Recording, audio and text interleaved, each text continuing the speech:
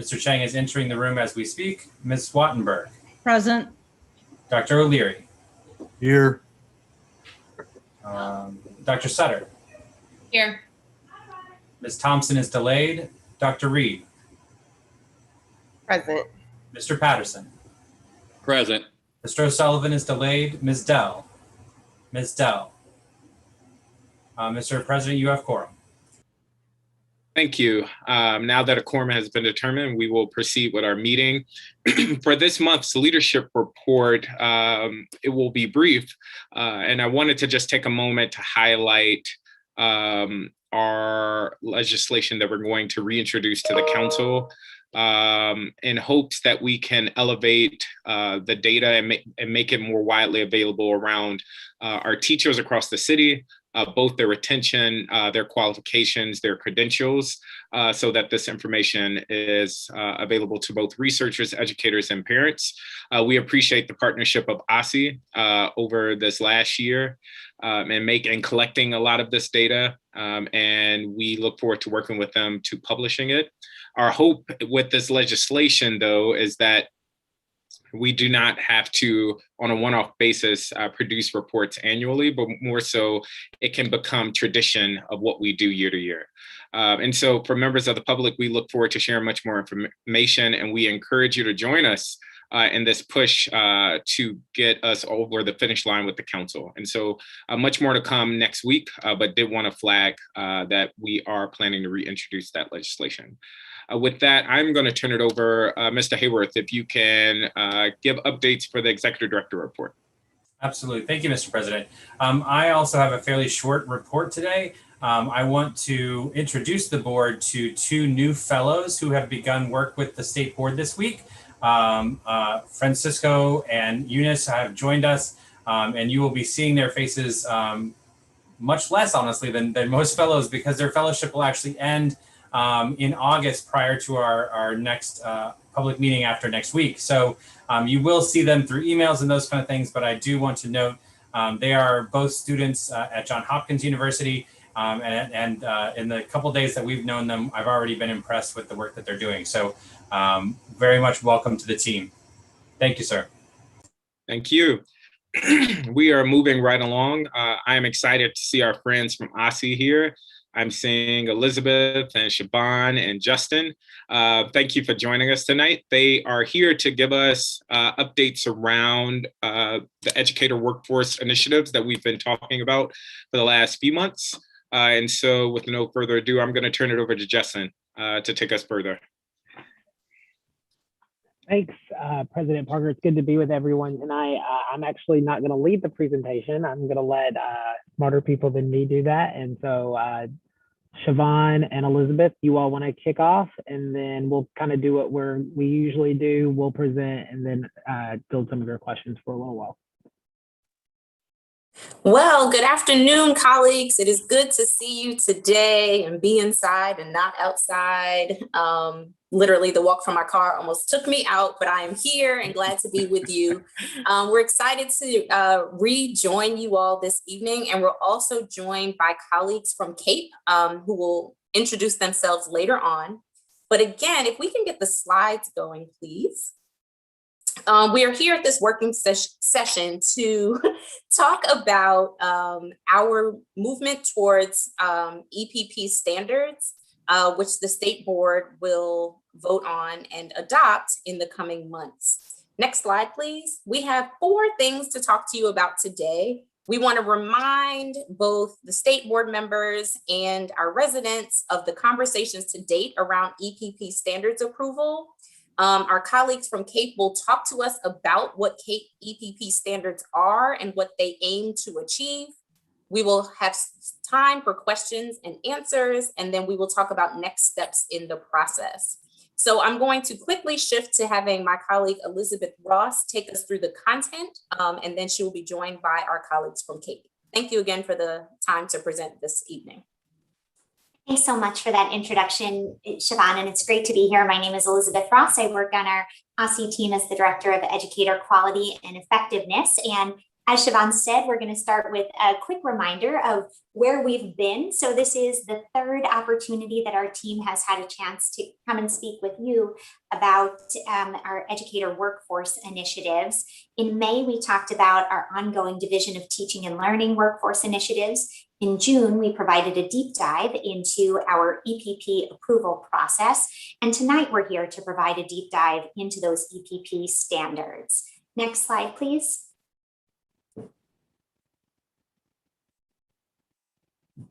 Next slide, please. Oh, looks like it's not quite coming through on my end, but for folks for whom it might be, this work is happening in the context of our broader work around educator quality here in DC. So we're operating under a theory of action that strengthened EPP, or educator preparation provider approval, coupled with robust educator and LEA supports and actionable educator workforce data, will yield improved educator practice, ultimately resulting in increased student achievement and positive lifetime outcomes. Next slide, please.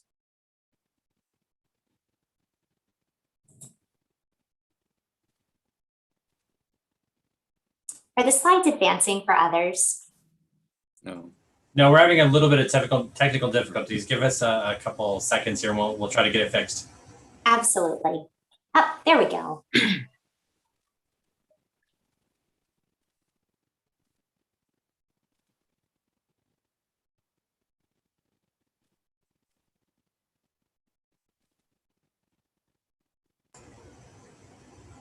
Elizabeth, if you can let us know, it's slide 5 that you want to be on, right? Oh, yes, I actually just talked through slide 5, so there's a great visual for what I just voiced over, and we're ready to move on to slide 6, please. Thank you. Thank you. All right, so our work around educator preparation provider and program approval process is designed to be right-sized to the influence, that our educator preparation providers have on the teacher workforce, address the needs of our district, recognize excellence, quality, and set clear standards for EPP quality, ultimately encouraging struggling providers and programs to improve, to be meaningful for EPPs and for the public, including consumers or students who may be selecting programs, and be flexible enough to provide innovative, high-quality pathways to teaching. Next slide, please.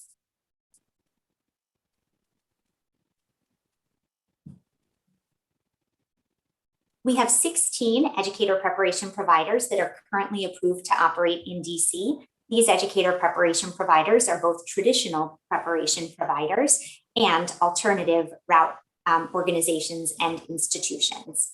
Next slide, please. These providers collectively run a full range of 39 programs, which are listed here.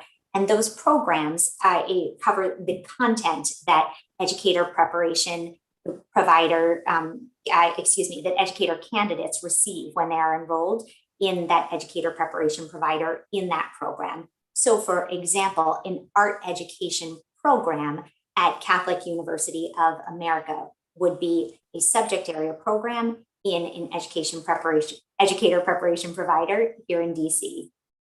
Next slide, please. When we met last month, we heard clearly from the State Board that there was a keen interest in better understanding how OSSE is incorporating the science of reading into subject area program standards. And while we'll spend most of our time tonight talking about educator preparation provider standards, that is the institutional level standards that govern things like the student teaching partnerships that educator preparation providers engage in with local educational agencies to ensure that their students have robust student teaching experiences, we did want to specifically highlight for the State Board our commitment to ensuring that all subject area programs that have primary responsibility for literacy instruction prepare their future educators in the science of reading. As this group knows, because we talked about it last month, we are currently in the rulemaking process for our educator preparation provider approval process. And as part of that, we are contemplating including the following language: in elementary education subject area program, early childhood education subject area program, special education subject area program, reading subject area program, and any other subject area program preparing educator candidates with primary responsibility for literacy instruction shall be required to demonstrate to OSSE that it sufficiently covers all 5 components of scientifically based reading instruction. Next slide, please. In order to help describe the difference between educator preparation provider standards and subject area program approval and standards, we've created this one-page chart, which is designed to isolate the differences between the institution level standards and the subject area program standards that OSSE is here to discuss with the state board tonight. So our EPPs, again, those are the 16 institutions that OSSE oversees, must meet standards that are subject to the State Board of Education approval, as compared to our subject area programs. That is, those 39 subject area programs must meet program level standards that are not subject to State Board approval. In DC, we have 3 kinds of EPPs. We have EPPs that are in IHEs, and we require those, historically, we have required those EPPs to be CAPE accredited. And we will hear soon from our colleagues at CAPE about what constitutes CAPE accreditation and what those standards look like. For our EPPs in alternate route organizations and institutions, we have 2 different pathways that were the result of a significant engagement with our alternate route organizations and institutions. They helped us understand that because of their unique service to DC and their unique operational capacity, in many cases, many of our alternate route organizations and institutions are quite small, that they wanted to continue to have a pathway for OSSE state approval, which historically they have had. And so we are proposing under our regulations that these EPPs in alternate route organizations and institutions may elect to either be CAPE accredited or to be approved by OSSE. And then for our subject area programs, depending on whether there is a National Specialized Professional Association or a SPA that operates in that subject content area, the subject area program would either be required to go to the SPA for recognition or would be able to come to OSSE in order to be recognized if there is no existing specialized professional association in that area. Next slide, please. There are specific statutory requirements that govern OSSE and the state board's work in this space. Specifically, the DC Code states that the state board shall approve standards for accreditation and certification of teacher preparation programs of colleges and universities or teacher preparation academies. And so SBOE's authority enables approval of institutional level or EPP standards. Next slide, please. And now we are going to turn to talking about EPP standards. Thanks for advancing that slide. In evaluating the full range of EPP standards in the space, and as I shared, OSSE has some prior history in working with CAPE because historically all OSSE IHE-based EPPs have been approved by CAPE. And again, those are our traditional educator preparation providers.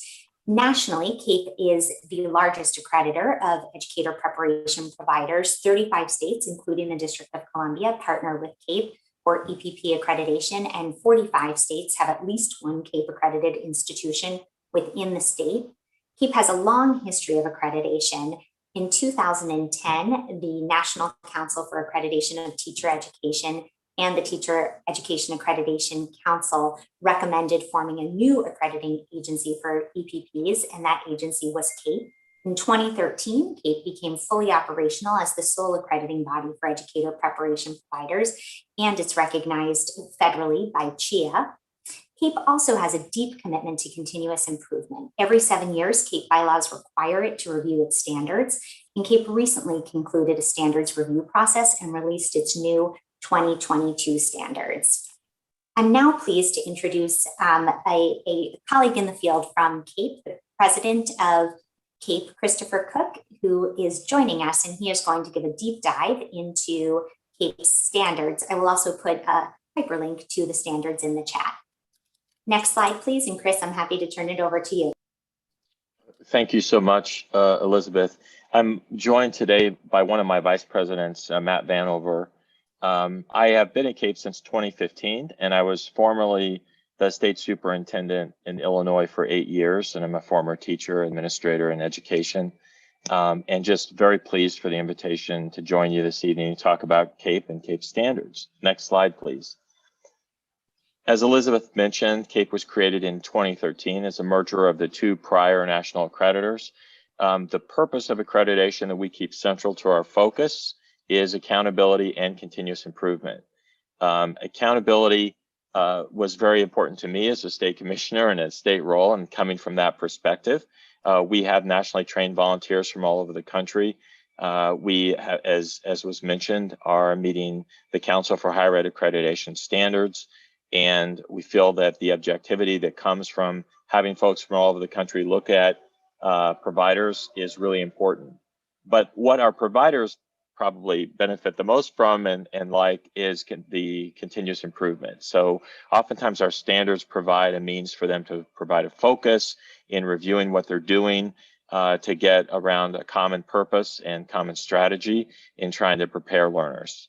Next slide, please. Few points I'd mentioned, the CHIA recognition. Also, one thing I want to mention is unique about CAPE, and I think is really a strength, is our board.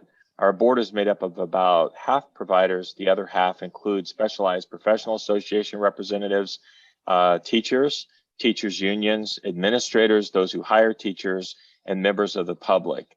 And the board has, from its onset, established two really important committees. One was a research committee, knowing that the teacher preparation and the standards that we have should be informed by the latest research. The other is a committee on diversity, equity, and inclusion. They have looked carefully at implementation data from our standards and the impact on K-12 learners, as well as candidates. We also have we subscribe to ensuring diversity on our staff, our board, and the membership of our accreditation council. And we also require and have for 2 years cognitive bias training of all our volunteers and staff and board members. About a third of the CAPE accredited providers are small. Sometimes folks think, oh, you've got to be really large to go through CAPE accreditation and have elaborate data systems. That's absolutely not true. So also about 100, so nearly a third of those that we currently have accredited are from HBCUs, Hispanic serving institutions, or tribal colleges. Next slide, please. Next slide just gives you a geographic representation. I think Elizabeth mentioned we're all over the country. We also are approved for international accreditation. We have a number of international entities that also have gone through CAPE accreditation. Next slide, please. If we look at providers in the Mid-Atlantic region, the District of Columbia, we have 8 accredited providers thus far. In Maryland, 11, and Virginia is an all-in state that requires for both public and private CAPE accreditation. So 32 of those have gone through. Of note, Virginia also offers reciprocity. So anyone who's gone through a CAPE accredited institution is treated as if they have gone through a Virginia institution in that state. Next slide, please. In looking to review our standards, as Elizabeth mentioned, our bylaws require us to revisit the standards every 7 years. The process for that actually starts at about 5 years. And the two committees that I mentioned, the research committee and the equity, diversity, inclusion committee, basically we're looking at implementation data around specific standards for the last couple years and the latest research that informed the standards and components that we've been using.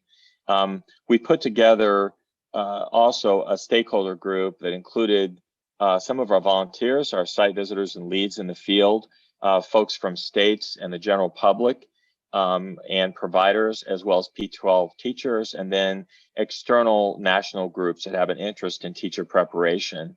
And last summer, worked to try to ensure that the reports provided from our Research and Equity Committee, Equity Diversity Committee, were incorporated into rethinking the standards. We also require a public comment period for all of our standards and implementation. Next slide, please. The task force charge wasn't to throw out everything we've been doing and start anew, but rather to look at refinement, again, the incorporation of the latest research and implementation. We also subscribe to CHIA guidelines, so we have to keep those front and center in our work. And we are pursuing U.S. Department of Education recognition. So we did incorporate U.S. Department of Ed standards as we pursue that work. We also have about 57 individuals who make up our accreditation council. Their decisions, we looked at feedback from them. And then, as I mentioned, field comments. Our overall goal here was to ensure there was reduction in redundancy, consolidate where we could, provide clarity, and update the language. Next slide, please. This gives you just a 50,000-foot view of each of the standards and what they deal with. Standard 1 is content pedagogical knowledge.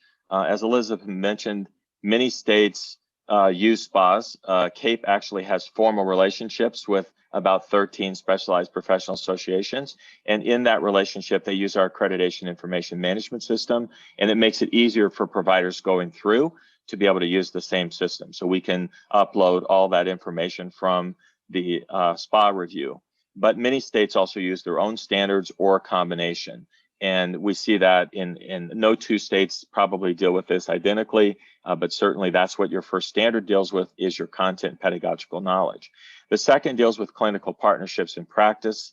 The third standard, of course, is candidate recruitment, progression, and support. And the fourth standard is program impact. What impact are the providers' candidates having on pre-K through 12 learners? And the fifth standard, which is one of the most important, is dealing with continuous improvement and the systems, quality assurance systems that providers are putting in place to ensure that they're reflective in how they're preparing candidates. Standard 6 and 7 are U.S. Department of Ed required standards, and they're really only pertain to those providers who aren't otherwise regionally accredited. And 6 deals with fiscal administrative capacity, and the second would be a record of Title IV compliance. And so the one other big change that occurred with the revision of the standards is that technology and diversity and equity were cross-cutting themes in the standards before, and both were given more weight and teeth. And that was timely given the pandemic that technology was looked at. So we were able to incorporate national standards and state standards in the thinking of technology within our new standards. Next slide, please. The print on this is going to be too small for you to read, but you again have a link to this, and I think we provided a handout in advance with the standards. But this is gives you an idea of how the standards are arranged with content pedagogical knowledge and each of the components beneath those. So providers going through are going to have to provide evidence of the learner and learning, content, instructional practice, and professional responsibility within these standards. Part of what also the Diversity, Equity, Inclusion Committee wanted was more disaggregation of data for particular components. So you'll see that in nearly all the standards, and I'll summarize those a bit more in the end. Next slide. Standard 2 probably saw the least change with the revision that we did. Certainly clinical partnerships have always been important and an important part of preparation providers in the work they do.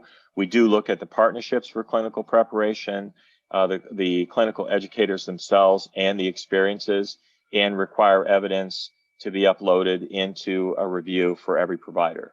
Next slide. Candidate recruitment, progression, and support saw a fair amount of change. This standard used to mention specific assessments. The notion of assessments as a requirement was taken out. They actually weren't required before, but we've made that more explicit because a lot of folks thought that they were, and with a lot of presidents of universities and folks backing away from any use of ACT and SAT and assessments like that, we removed any mention of them.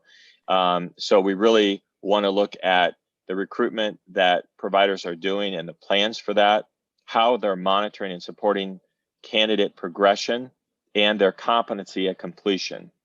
Many providers recruit folks into teaching, as you know, national phenomenon that everyone's trying to increase the number of teachers and the diversity of candidates. Some states are going about that by lessening standards. CAPE thinks that's a mistake, that standards are really important, these jobs are important, and everyone should have the tools to do those jobs once they get through. Next slide. Standard 4 program impact was also simplified for more clarity. Here we're looking at the effectiveness of completers. Satisfaction surveys are often part of the evidence that providers will provide, so satisfaction of employers and satisfaction of the completers themselves. Next slide. Standard 5 looks at the establishment of a quality assurance and continuous improvement system. I'll tell you, from the first 400 providers who have gone through CAPE accreditation, this one provides the most struggle for them, as many of them don't routinely look necessarily at data and think about ways in which that impacts changes within their preparation.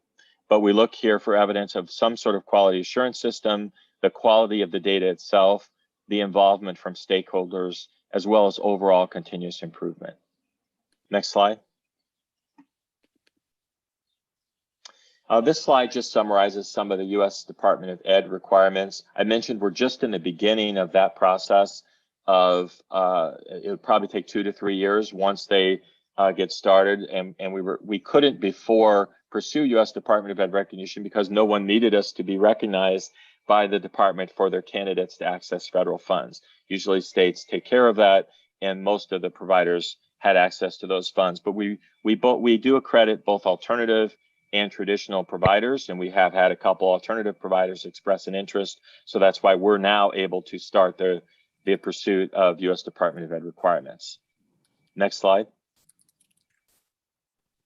Broad concepts within the CAPE standards that I touched on and wanted to go in a little more detail were diversity, equity, and inclusion.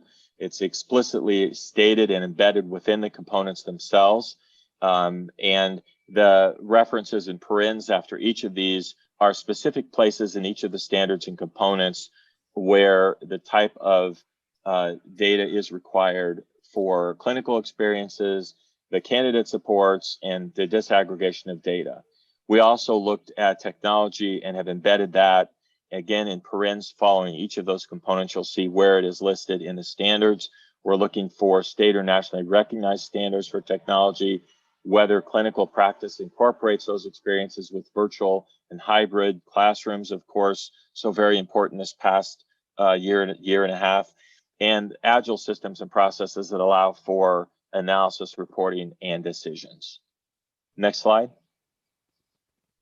Okay, takes us to questions. Elizabeth, I'll pause and see if anyone has any questions or anything you'd like me to elaborate more about. Thank you.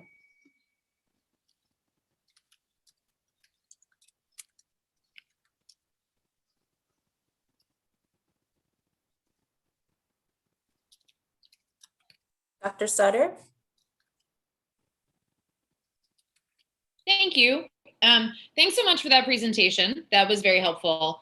I had 3 quick questions. One was about standard 4. My initial question was, how do you measure it? But then I was pleased that the slide helped explain that. I want to understand a little bit more about whether CAPE shares information about satisfaction of employers with the programs. I know that's been something the board has expressed an interest in, like which preparation programs seem to have a good track record in DC in terms of teachers who stay, for instance, or teachers who are viewed as successful. So I'd love to understand sort of whether you share that data with folks like these state education agencies. Yeah, with states that we have agreements with, we can certainly share information. We don't if a state doesn't have an agreement, because our relationship then is solely with the providers. And the providers, we require the providers to also give us permissions for things that they share. I will tell you in relation to standard 4, one of the things we clarified with that was that we'd mentioned value added, for example, in the prior rendition of the standards. Many people interpret that to think, oh, you have to have a value added system in order to do this, and you don't. There's a lot of different ways, as you saw on the slide, to report that. But yes, we can certainly, with states that with whom we have partnerships, share information. Another thing that we do is we try to recognize providers who are exemplary and share that information so that other providers and states can see that information. We do regular meetings with state liaisons across the country. I can share with you, if you'd like, some trends from some things we're seeing. We also, as providers are going through, take them through as a cohort so that they can learn from each other and hear about best practices. So the very process of going through accreditation in and of itself helps to feed continuous improvement and reflection. We also recognize annually those who go through who don't have areas for improvement or stipulations, as we call them, which are more serious flaws, with a Frank Murray Award. So there's a national award, additional press releases, again, to get the word out to folks who are doing this well, how it's working, what's strong in those programs, and to recognize them for their efforts. Is that responsive, Jessica? Yeah, it certainly is. Thank you. You My other question was about the DEI piece, the cross-cutting element of that. I noticed in the slide, there isn't a note about whether the teachers prepared reflect the student population in the places they're doing the preparation. Is that something you all consider? Because I know that's something also of interest to the board, is how our teacher pool, as well as our teacher candidate pool, reflects the population of the students in DC. Yeah, so the disaggregation is primarily around the candidates versus those who are preparing. However, it is something that we look at with a diversity equity plan. So many providers provide a plan looking at the composition also of their faculty, but we don't have a metric in the standard itself for that. The other thing that you'll see that in diversity equity that's different from what NCATE did, what NCATE experienced was a lot of similarly curriculum, a diversity course in response to the accreditation effort. And our diversity equity inclusion committee felt like that wasn't an authentic way to address diversity equity, is everybody just would have a cookie cutter course and then they would say, I've done it and it's over. We see it as more of an incorporation in each of the implementation of the standards, and something they have to be thinking about with their clinical experiences. They have to be thinking about it with certainly their standard one, and as they're thinking about continuous improvement. So that's how we've approached it with the revision of the standards. And we're also going to be monitoring that committee stays in place forever. It's a standing committee. So they're going to continue to mine the data from the standards, and we crunch the numbers for them and show them what the results we're getting to make sure, is this a balance of adequate teeth in the standards to get what we want to see, which is change, and to make sure that it's real. I think also the cognitive bias training that I've mentioned has been helpful for our volunteers to help them as they're looking at providers and going in and making evaluations. So great. Thank you very much. I'll leave it for my colleagues to ask some questions. Sure. Dr. O'Leary, followed by Dr. Reed. Who are the 8 accredited providers in DC?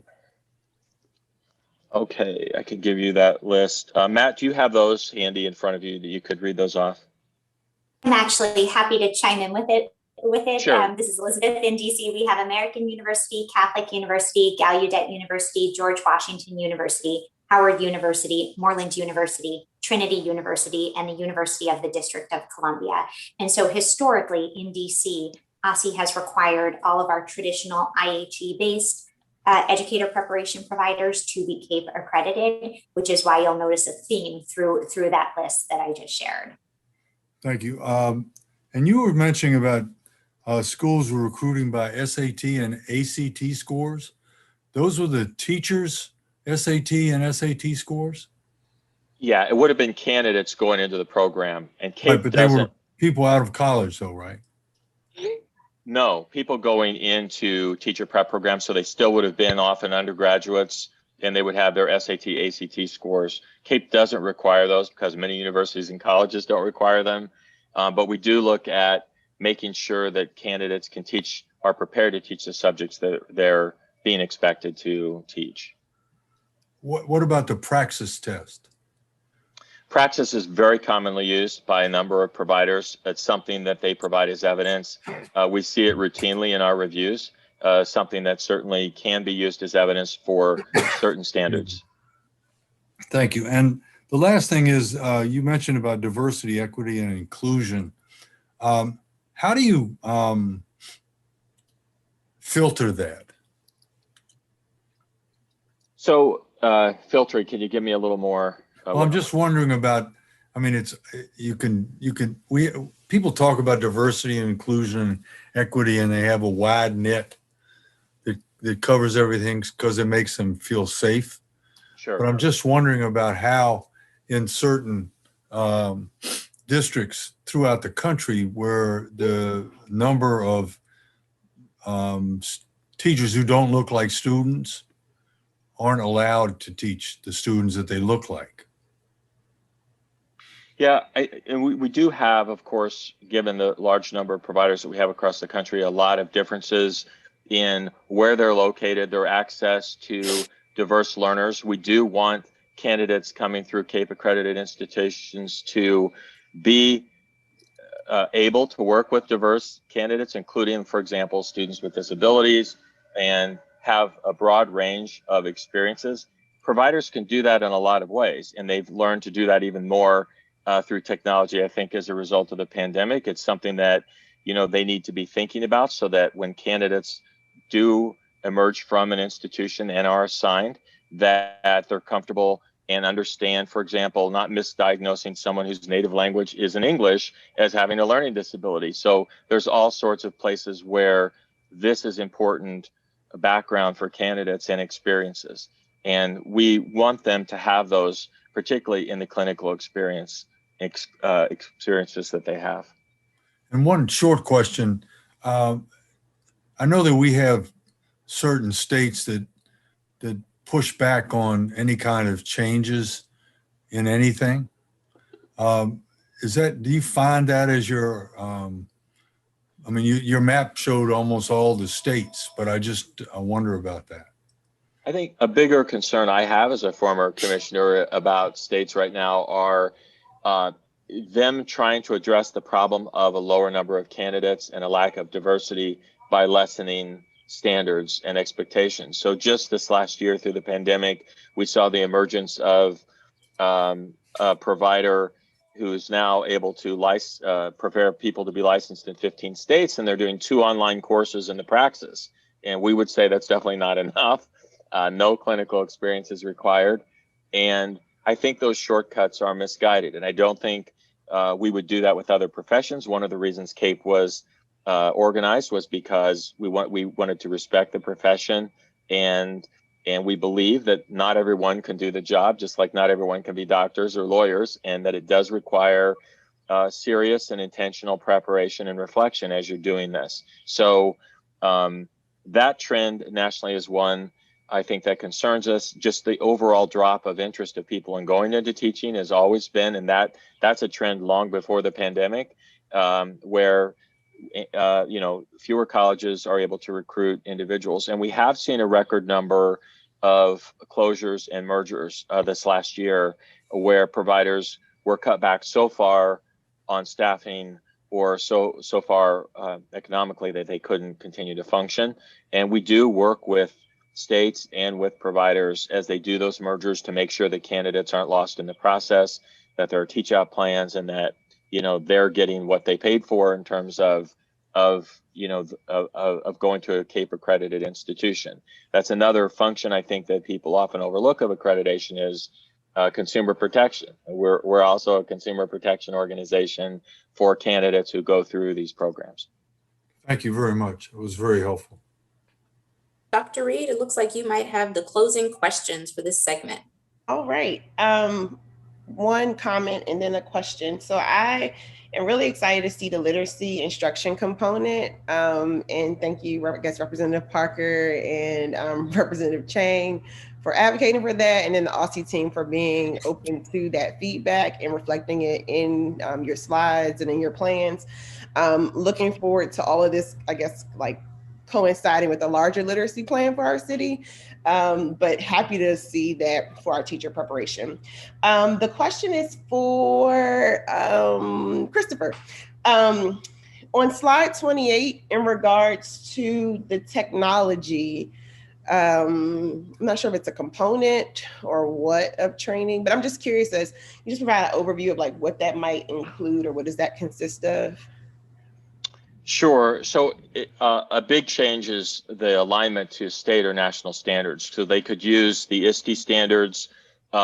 States felt, a number of our states voiced as part of the creation of the standards, and our board discussed that a lot of states have standards that they felt went beyond that or were better. So I think that's a key change with regard to technology. But I think the other one is, as part of clinical experiences, we want candidates to be coming out familiar and using technology for instruction.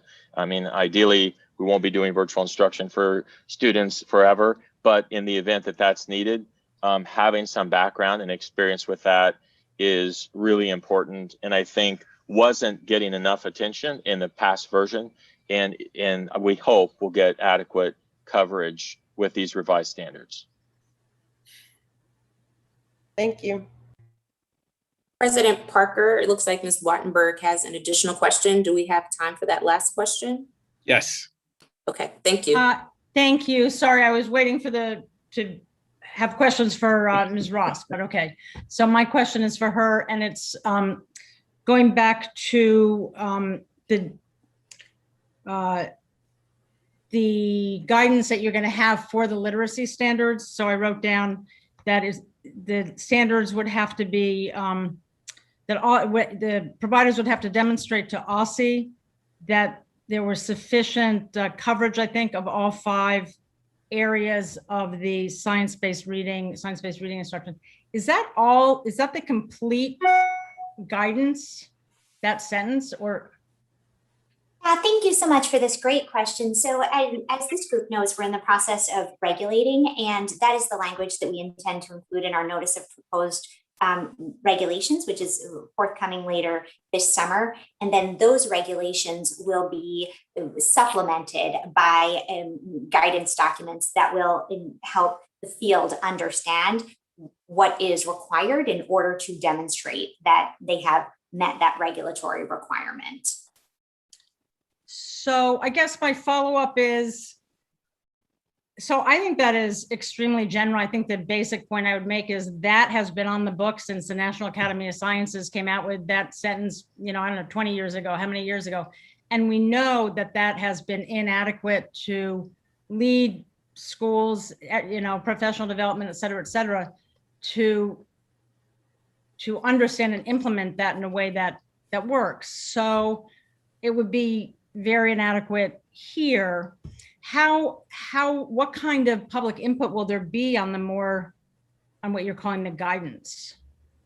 Yeah, thanks so much for that question. So there is ample opportunity in input through the public rulemaking process in the notice of proposed regulations. And as part of that, we do anticipate getting comments on what kind of guidance will be helpful and necessary. And then OSCE is simultaneously in the process of developing an implementation handbook, which is referenced in our regulations and will include a number of documents, including a document that will enable EPPs and the public to understand what is required in this demonstration. I agree with and share your concern that historically words on a page in this space, in the scientifically based literacy space, have been insufficient. Frankly, we have 60 years of research demonstrating that these are the requirements necessary in order to enable all children to learn how to read. And so embedded in your question is what is different about this time, and what is different is OSCE is contemplating, proposing in our rules that EPPs would be required to make a proactive demonstration. And through that, we would enable this requirement to be more than just words on a page, but instead the EPPs would be required to make that demonstration. And so as we are working to finalize that guidance, we will of course consult with stakeholders in the field and really appreciate that this is a keen area of interest for the state board. Thank you very much for that. Do I have time for one more quick follow-up? So and really, thank you very much for that. I know that we'll all look forward to having that input and hearing the input that you get from others. There for the SPA subject something. I have my notes. Specialized Professional Association. Yes. So they are the ones that are going to review the subject matter standards, not us. So for reading, who would be the SPA? Because there's different groups out there. What a wonderful question. So there are a couple of different subject area programs that OSSE believes have primary responsibility for instructing educators who are responsible for teaching literacy. OSSE is defining them in our Notice of Proposed Regulations as elementary programs, special education programs, reading programs, and any other program with instructing educators with preparing educators with primary responsibility for reading instruction. And so that is specifically designed to be a non-exhaustive list. For those programs, they will be required to make a proactive demonstration to OSSE that they are sufficiently covering the 5 components of scientifically based reading instruction. And in that way, OSSE is establishing a guardrail that will ensure that programs are preparing those candidates with the knowledge and skills they need. So in the reading area, you're saying that's going to be handled differently than with a SPA? Got it. Precisely. Okay, thank you. I'm done.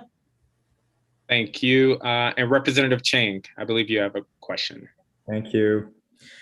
And I'll echo everyone and say thank you so much. This was really helpful. And my question is also about the this literacy piece. And Ms. Ross, I know that actually you are a leader in this space and have been, and so really appreciate all that you have already done to kind of move this forward. My question is sort of, I'm thinking about what kinds of outcomes we want to achieve with these, with this change.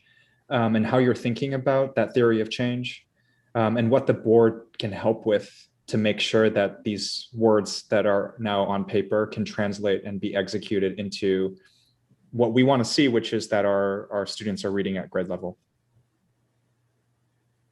What can we do to help? Yeah, thank you so much for that really, really thoughtful question. I think continued engagement on this topic is what is going to help our work be smarter and better. As I know we have talked with this team about, we really have had a robust theory of engagement throughout this process and have made significant changes at every step of the way, all of which we believe make this regulatory package and ultimately our work in this space stronger and better for kids. So we invite more of the same continued engagement and just really appreciate the offer and the overture to help. We will certainly take it back to our team and not hesitate to follow up if there's anything specific. Great, thank you. And this theory of change question though, right? I guess I'm curious about how you see the accreditation flowing down to the impact we want to see. I know that's a big question and maybe you don't have a chart for it, but I'm just curious how that logic works. Yeah, thanks for that. I mean, we think it is really important in DC that everyone who is graduating from an OSSE approved educator preparation provider, that provider has demonstrated that it meets a certain level of standards, a certain level of competency. We also believe that there is continued room for innovation and improvement. And we are excited that the CAPE standards, particularly under this most recent rewrite, provide room for that flexibility while also establishing a strong guardrail that helps to ensure that graduates of CAPE accredited EPPs have actually learned and then been in a position to demonstrate the knowledge and skills that they need in order to be successful in the classroom. One of the reasons why your question is so difficult to answer is because the CAPE standards do not stand alone. They exist as part of a broader regulatory package that includes things like a needs assessment that will enable OSSE to provide EPPs with an opportunity to demonstrate that they are meeting our local needs in seeking to operate both as a new EPP or as a continuing EPP here in the District of Columbia. And so, although it makes for a more complicated flowchart and a bit of a longer answer, we really do see this as part and parcel of our or of one piece as our broader educator quality work. This customization, this needs assessment, would you help me understand that one more time? So that means absolutely. So as part of our local needs means what? Absolutely. So as part of our educator preparation provider approval and notice of proposed rulemaking, OSSE, and as part of our anticipated notice of proposed rulemaking, and OSSE anticipates carrying it forward in our notice of proposed rulemaking, we have proposed that EPPs would be required to demonstrate that they are meeting our city's subject area needs, i.e. that they are not seeking to operate a program in a subject area that has a significant surplus of graduates, for example, and also that they are attending to the demographic needs of our city. Like the State Board, we are extremely compelled by the research that demonstrates that students that have access to same-race teachers have significant benefits both in that year and over the course of their lifetimes. And so that's a need that we are keenly attuned to. Great, thank you. That was really helpful. And yeah, I if I may, I'll follow up with you to talk more about how, what kind of help you're looking for from other stakeholders. Please, that would be great. Thank you. Thank you all for joining, and we look forward to continuing the conversation. And we welcome you to stick with us for the rest of our meeting, but understand if you have other things.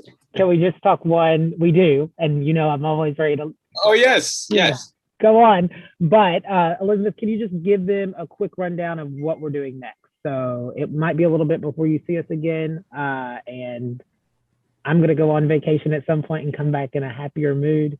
But Elizabeth, can you give a little bit of where we're going to come back in September? Absolutely. And the conversation we were just having set us up nicely for the trajectory as to what's ahead. So you're not quite done with us yet, or ever really, as the case may be. And we think that's a good thing. We anticipate bringing back to you a resolution to approve the CAPE standards that we discussed tonight in September, and then ultimately incorporating that into our final notice of proposed regulations, which we anticipate issuing this fall of 2021. And so over the course of the summer, we will be issuing that notice of proposed rulemaking. And of course, we'll be happy to share with John Paul and with the State Board that link once that notice is up and live.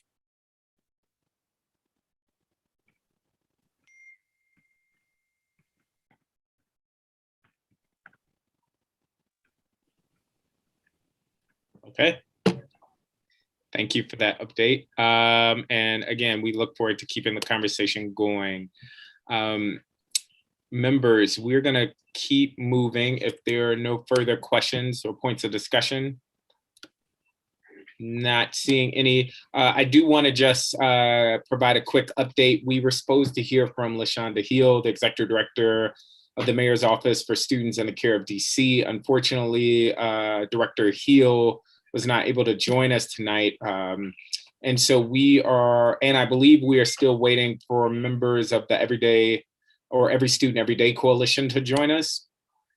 And so with that, we're gonna make some adjustments in the agenda, if that is okay with you all. I'm gonna ask Representative Reed if you would go next to discuss updates around homeschooling and efforts of the Advocacy and Outreach Committee. Sure. Thank you, President Parker. So to, I guess, cue everyone on the board or get everyone caught up on the board, as well as any individuals from the public who are listening, the Teacher Standards Committee was talking about just some of the unique approaches to education that are emerging or may need our attention due to the pandemic, understanding that families are exercising a variety of options and homeschooling being one of them. And homeschooling is under the purview of the State Board of Education. We haven't really looked at homeschooling since 2008. And I know throughout the summer, I was just kind of encountering a variety of individuals, because I know homeschooling comes with a sort of stigma, but a variety of individuals who had expressed taking homeschooling as an option for a variety of reasons. So I just thought it would be good as a board to take a temperature check on our homeschooling community, see how they're feeling, see how they're supported, and seeing if there are any the bright spots, as well as the areas that as a city we can do a better job in supporting them. Next slide. I don't get to drive. I just get to kind of, so I will kind of, I don't want to read, but don't take it lightly that we may have individuals who may be visually impaired and may need to this narration. So homeschooling, as defined by the city, is a private parent or legal guardianship directed education program for children who are subject to the compulsory education laws in their state. Compulsory education requires that all children between the ages of 5 and 17 who reside in the district receive an education. It is an alternative way to provide this education. As an alternative way to provide this education, homeschooling gives parents maximum autonomy while ensuring that all students of compulsory education age receive an appropriate education.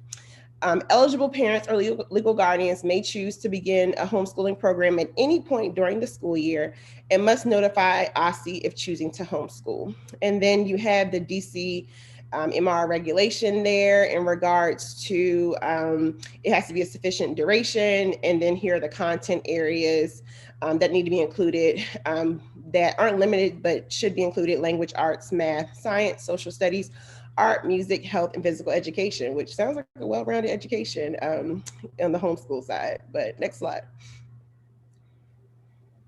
So as I stated before, the last time I believe that the board took a dive into this was when the homeschooling regulations were being promulgated.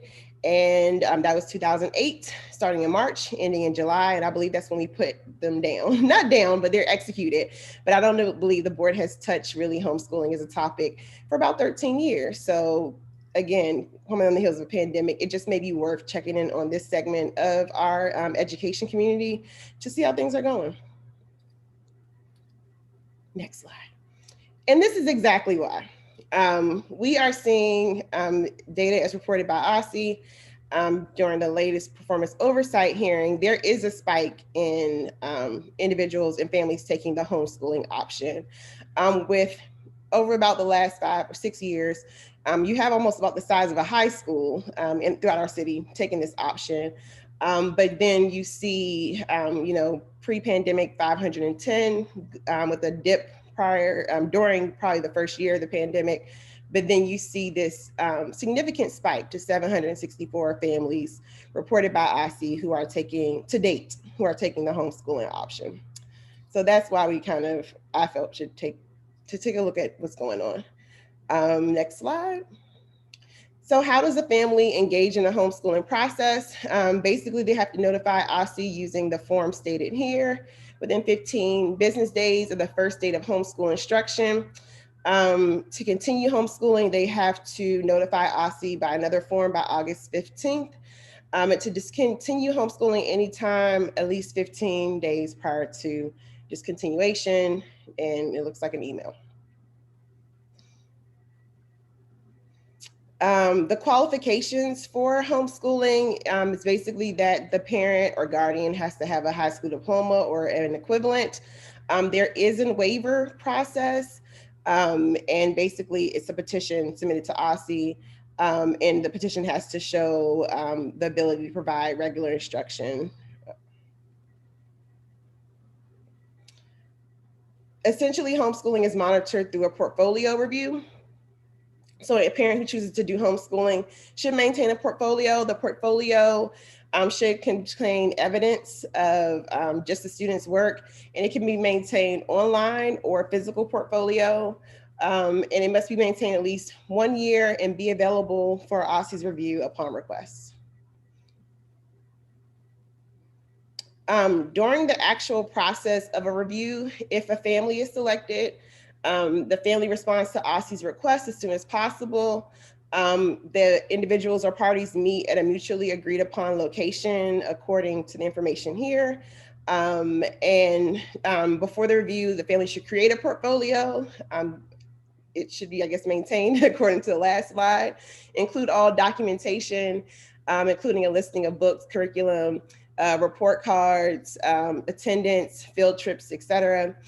During the review, Aussie homeschool staff will provide feedback as well as ask questions. And after the review, there's a follow-up communication regarding the status of the portfolio review. If the review is sufficient, there is no further action required. And if considered insufficient, the I guess family or caregiver is issued a corrective action plan. And it looks like about 30 days to remedy any deficiencies. And it down there is no more than 2 portfolio reviews and be conducted during a school year. Families who are electing homeschooling have a voluntary participation in standardized testing. A child receiving homeschooling may participate free of charge in the regularly scheduled standardized test programs that are administered in a public school that the child will be eligible to attend. In order to do that, the student will register to participate in statewide assessments, and then will be provided testing schedules, and the parent, I guess, would have to contact their local school. The resources that are provided to homeschooling families currently that families are eligible for are the Kids Ride Free program, the DC Educators Library Cards, which provide a variety of materials for families and extends times of checking out materials and has librarian support, sports participation through the DC Student Athletic Association. The area that homeschooling families are not eligible for are special education accommodations. And then here is a link to the resources, which I guess if you are actually, if you go into our SBOE.dc.gov folder and you can click on the links for each of these elements, that will provide you a resource from Aussie around homeschooling. That's it. Great. So we wanted to provide kind of a synopsis of what the current status in regards to the regulation piece. What is expected on the, I guess, Aussie side of things, the regulatory side of things, to queue up our July public meeting, which we'll be hearing from a variety of homeschool providers in our city. And so they can basically talk about, you know, I gave you what's on paper, but they're going to make the writing hopefully come to life for us. So with that, I will turn it over for questions, I guess. Thank you for that presentation, really informative. Representative O'Leary. That's very helpful, Representative Reed, because I have a couple of questions that probably should not be asked of you, but should be out in the ether so that we can ask them at our next meeting.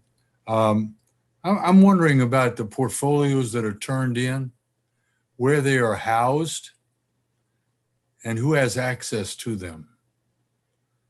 Because if I were a parent that wanted to homeschool, I would like to look at different kinds of representations of what happens in people's houses. And I'm just wondering about that. I know you don't have the answer to that. Another thing, and you can stop me if you want, but I'm assuming that you don't. The homeschooled athletes have to have, you mentioned it in one of those last slides. I just found out about that a couple of weeks ago when I was asked about that. They have to have approval from the school, the principal and the athletic director of the school, when they submit if they want their child to play on a team in a DCPS school. I know that for a fact. It may be the same with the charters, but they can be eligible to play. Homeschool athletes can be eligible to play, but they have to go through a process. But I'll ask that question probably next week. And the other thing, the last thing, and I thought the most stunning thing in the resolutions was that if a student has an IEP, he's not eligible for homeschooling and no services at all. And that seems criminal to me. But that's just out there. Don't worry, I'll follow it up. Yes, especially because there's a almost like a compensatory strategy for the private side of things. So yeah, I'm happy you asked your questions, Representative O'Leary, kind of collecting them. We reached out to OSSI to present and we were provided this information. But I think the questions that you're highlighting, and happy to take other people's, are exactly what we just kind of want to, if you're asking the question and you're not a homeschool family, happy to hear what those questions look like on our families, from our family side of things. So yes, happy to collect. My grandchildren were homeschooled up until they went to high school. And so I'm familiar with, 12 years or 10 years of homeschooling.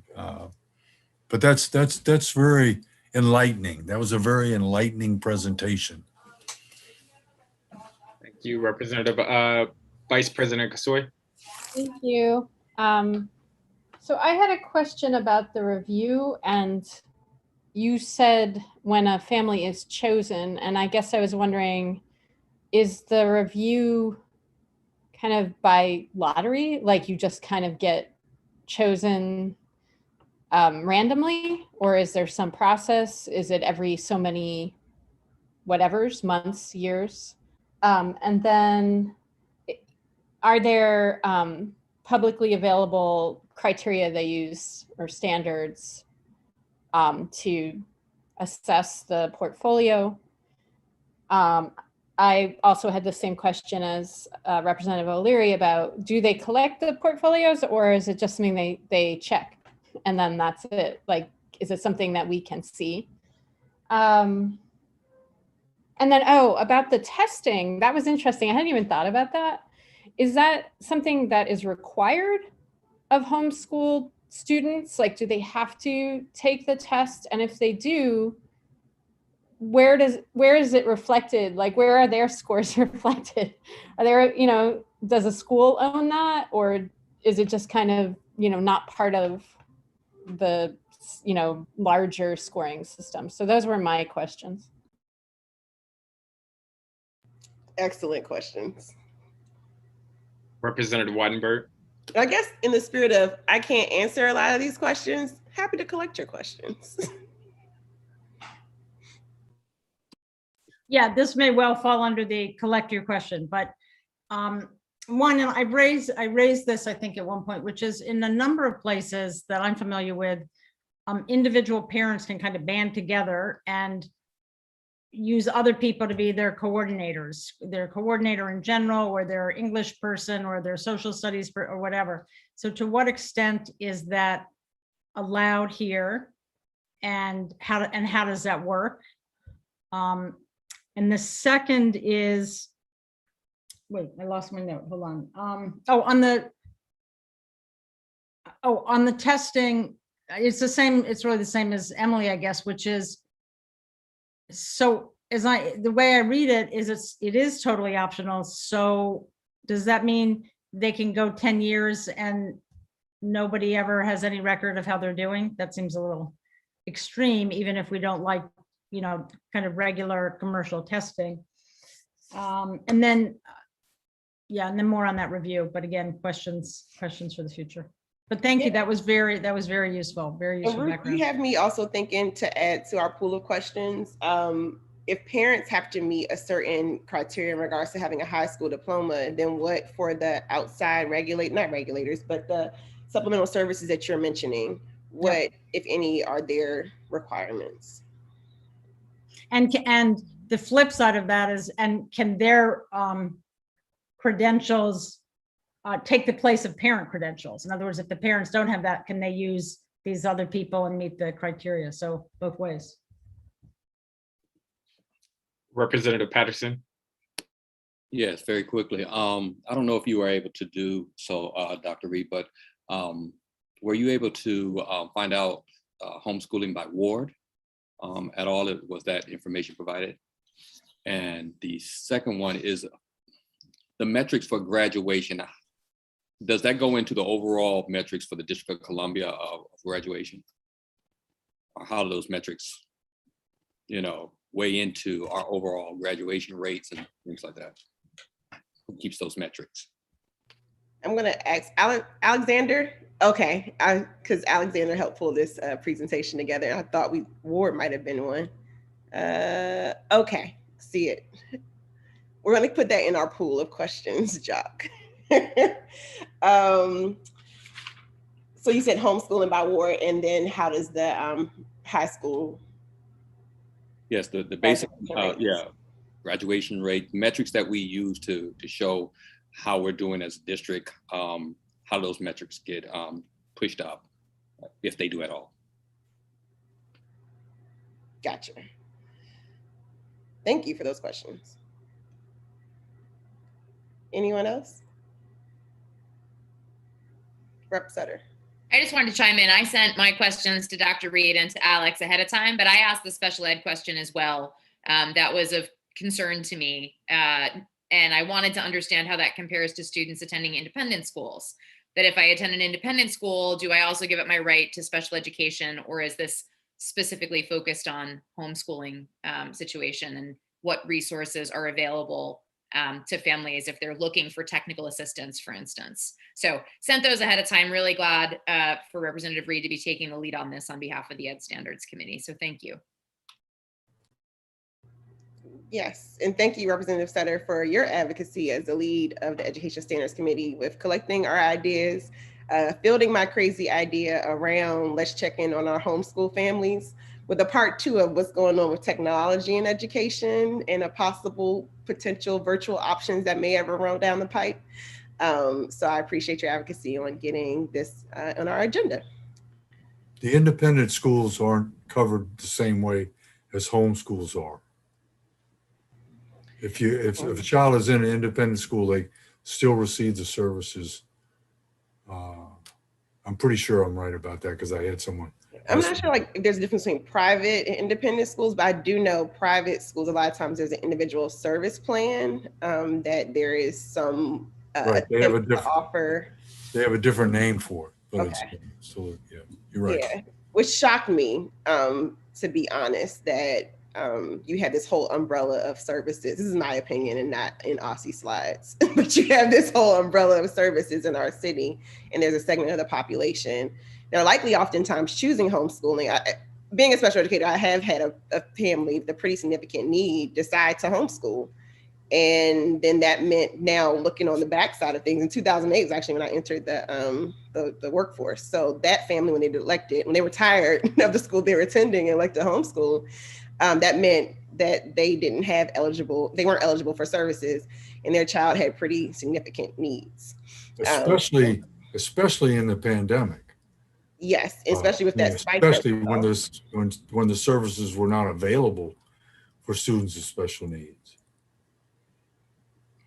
I'll just follow up with that. My other question on that front really came from the idea of what we know about early stages, right? We do early intervention for children who are being cared for in the home by family when they're under the age of compulsory schooling. And yet we don't seem to have an analogous setup for children who are in the age of compulsory schooling, but being schooled at home around specialized services. So that's something I definitely want to follow up with, both with the families and the advocates, but also if we can get more information from Aussie on if that's just a quirk of the federal law that allows that to happen, and if there's any reason our state doesn't go above and beyond.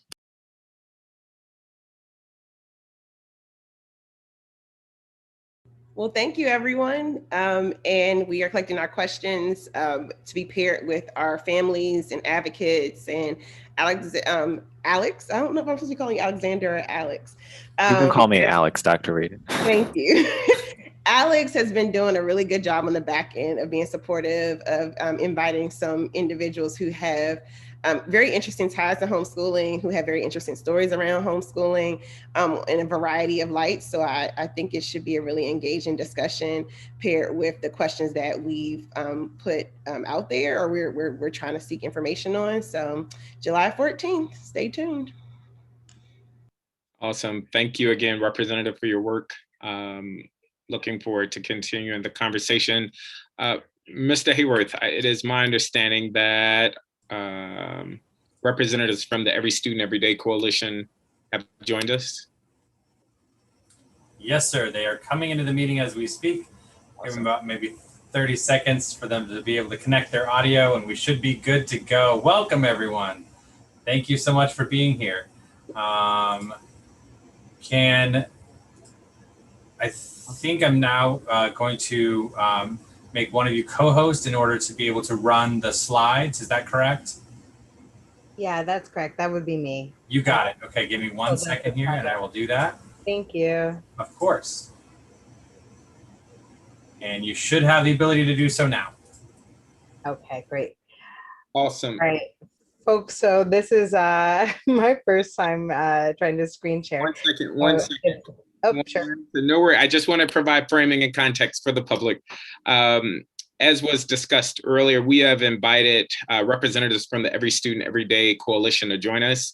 As representatives are aware, many of our viewers and the public, DC continues to face an attendance crisis, and we've had varying results from our efforts to combat chronic absenteeism and truancy rates. And so Ms. Bell and her colleagues are here to talk about their work and how we all can join forces to improve attendance across the district, especially as we look to the fall when schools are coming back online and reopening. So just wanted to provide that context. Happy to turn it back over to you, Ms. Bell. Okay, great. Thank you so much, President Parker. So first, thank you all so much for allowing us to be here and present today. I know that the SBOE has been thinking about this issue for a long time. 80/20 is something that, in my work at the School Justice Project, we think about on a pretty regular basis. Those of us who are a part of this call today, just so folks have a little bit of a framing for those who are participating from our group, are public interest attorneys, law professors, advocates in the community who all deal with this issue as practitioners on a daily basis. And that's why we're bringing this issue to your attention.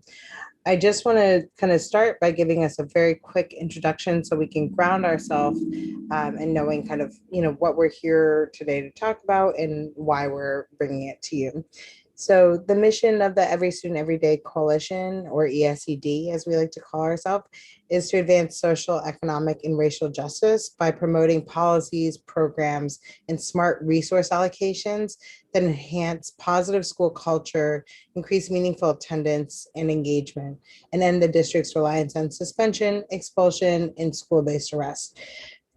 So again, all of us on this call are practicing attorneys who work with young people in the district to think about some of the ways in which these policies impact them, these and others impact them. So if you give me just 1 second, folks should have our attendance policy primer, I believe. Is that correct? Folks have been emailed that. And I'm going to go ahead and share my screen and hope that this works. Give me 1 second here.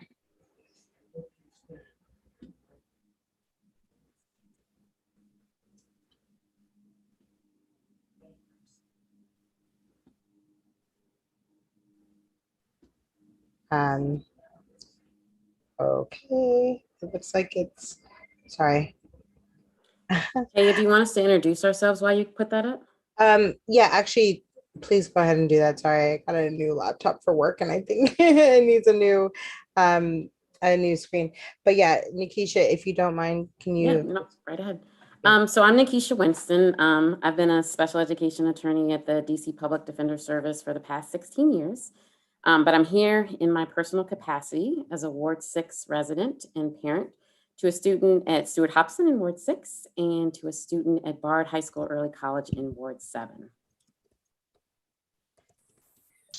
Hi, I'm Lauren Uncleese Klein. I am the acting director of the Disability Rights Law Clinic at American University, Washington College of Law. And I've been a special education disability rights lawyer here in the district since about 2004. but I am also here as in my personal capacity as a parent to two DCPS students. I have one student who wrapped up in Bancroft and the other who wrapped up at Alice Deal. And I'm also a member of Every Student Every Day. Hi, I'm Tammy Weerasinghe-Cote. I'm a senior policy attorney at the Children's Law Center.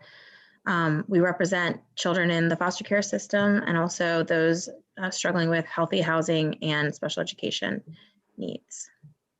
I'm also a resident of Ward 4, and I have two girls who attend Shepherd Elementary. Hi, y'all. I'm Danielle Robinette. I use she, her pronouns. I'm a resident of Ward 6, and I'm a policy attorney also with Children's Law Center. But prior to being a lawyer and going to law school, I was a public school teacher. I taught 8th grade. And I think our technical difficulties should be worked out by now. Let's see if this works. All right. Hopefully everyone can see that. Yes, thank you. Okay, great. Sorry. All right. So thank you so much, everyone, for doing the introductions. And again, my name is Tab. I'm a senior staff attorney at the School Justice Project, not a tech person so much. So I guess one thing that, we would kind of start off by is just, saying here that we really, do hope that every student could engage in their curriculum in a very meaningful way. But we have great concerns based on our work about the 80-20 rule. So I've gone through this slide and we'll see, I didn't just a second, sorry. All right, here we go. And I'll pass it off to my colleague now. Yeah. So the 80-20 rule, for those, I mean, I'm sure many of you are familiar, but it's the rule that if a student misses 20% of the school day, they're counted absent for the day.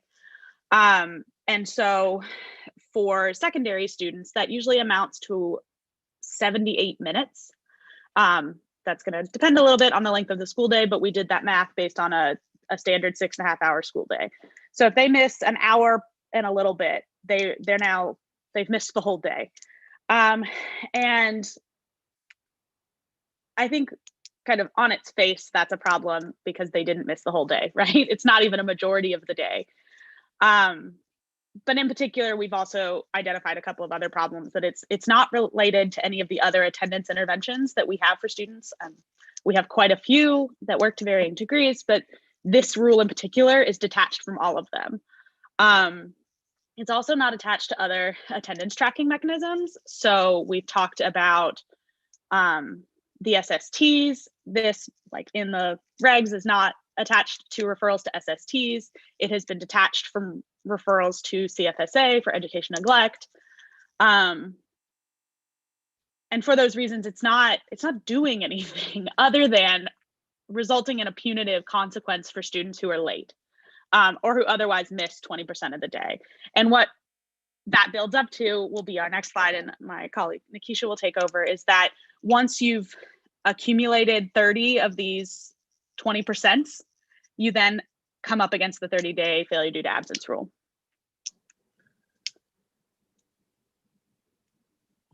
So I'll be covering the 30-day failure due to absence rule. Our first concern is that it's not evidence-based. Chronic absence really should be viewed as a red flag for disengagement. And there's no evidence that automatically failing students improves their attendance. Our second concern is the potential for harm. So it disincentivizes student attendance. Punitive policies like automatic failure only create barriers to our goal of improving attendance because they don't address the underlying cause of chronic absence, which is the disengagement.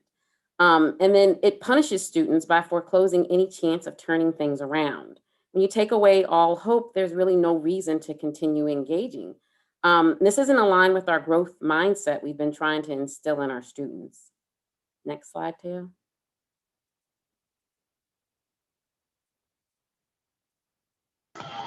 So this brings us to what our proposals are. So basically what we're looking to do is eliminate both of these rules, as they are harmful to student engagement and actually exacerbate the truancy problem. With respect to the 80-20 rule, this would involve removing references to those percentages from the definition of present and absent in school regulations. So basically, if a student shows up to school, they should be counted as present and should not be counted as absent unless they miss the whole day. And then eliminating the 30-day failure rule would just be eliminating that entire rule and relying on other measures to assess whether a student should be promoted or fail. Can you move on to the next slide?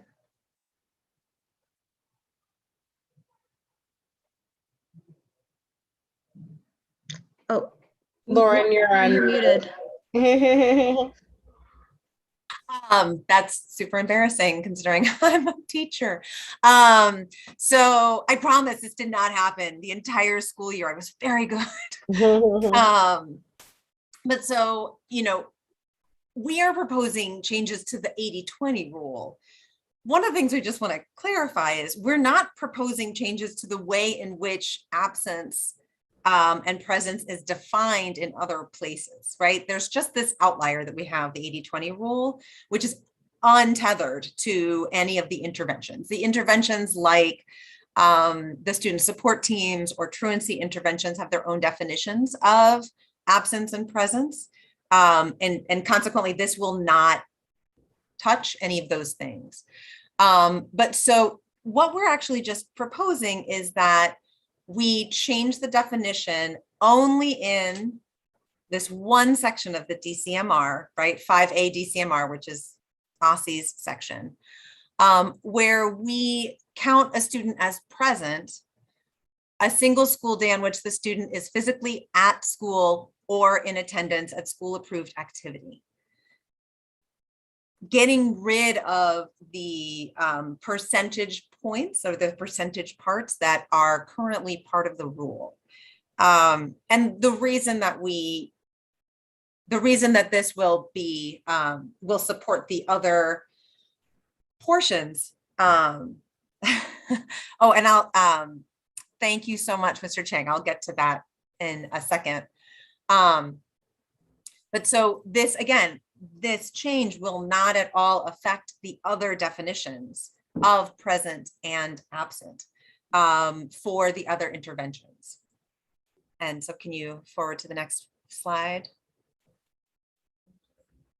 Right, and so we also want to change the 30-day failure due to absence rule, essentially by repealing it. And this is the other side of the coin, right? We know that right now the 30-day failure due to absence is the only part of our current regulatory scheme that is affected by the 80-20 rule. The 30-day failure due to absence rule only impacts students in DCPS schools. It is from 5B DCMR. It does not affect the charter schools. And so this is sort of the other side of the coin, is to get rid of strictly punitive measures that are not evidence-based and are not supportive of student growth and learning. And then the next slide.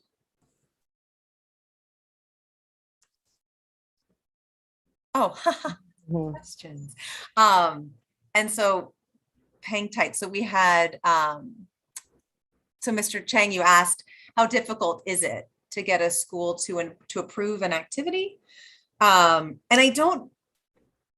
the schools already have built-in mechanisms to approve activities, right? Like going out on field trips, sporting events, and things of that nature. And so, though I have never had to get a school to approve an activity, schools are very accustomed to doing this. And so this is essentially just to ensure that a student who's at a school approved activity, right? Like they're at a geography quiz, or they're, like for the, what I forget what that, my child was even in that, the geo something, right?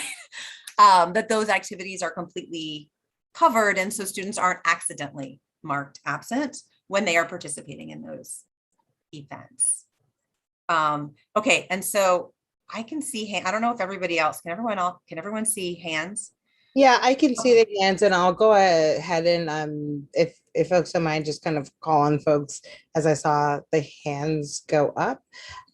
So first I'll start with Ms. Thompson. Good evening. You're talking about GeoPlunge. It's awesome.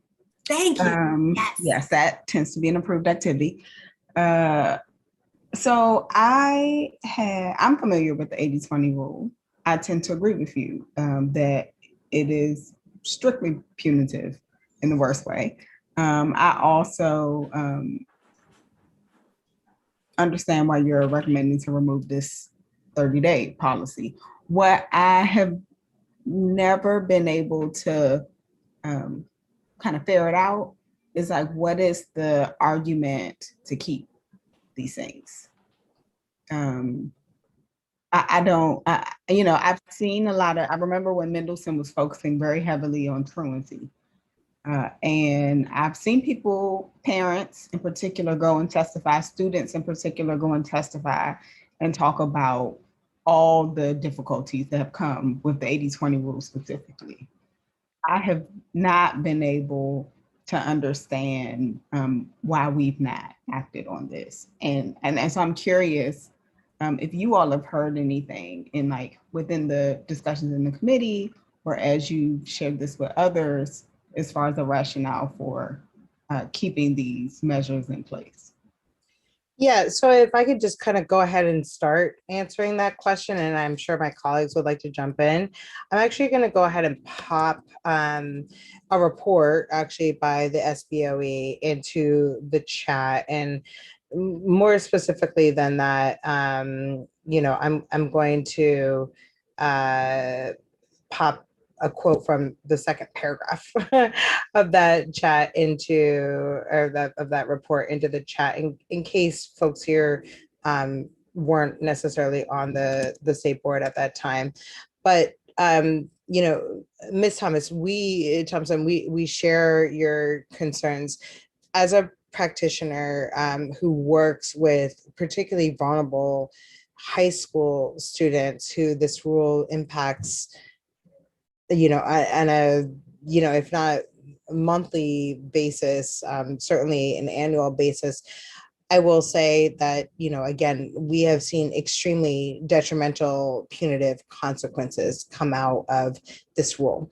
We don't think that it was meant to have that outcome, but it certainly did. In our conversation, so I think, folks may have, talk to us, or folks, actually, President Parker is asking the question I was just going to say, which is that we have actually been kind of touring the city with our proposals in relevant circles, and highlighting our concerns. We have made these recommendations to the everyday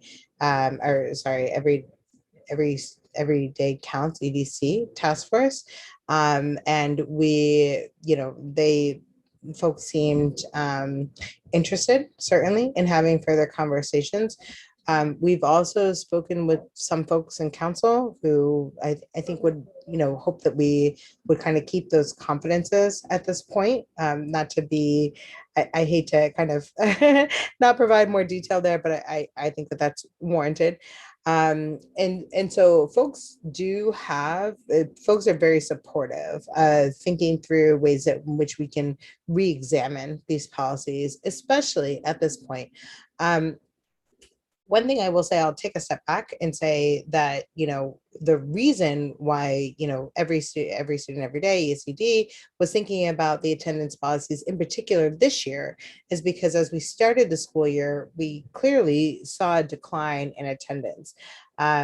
City council numbers that were reported out at city council hearings by DCPS were not in line at all with what we were seeing and experiencing on the ground and what teachers and principals and schools were telling us what was happening with attendance.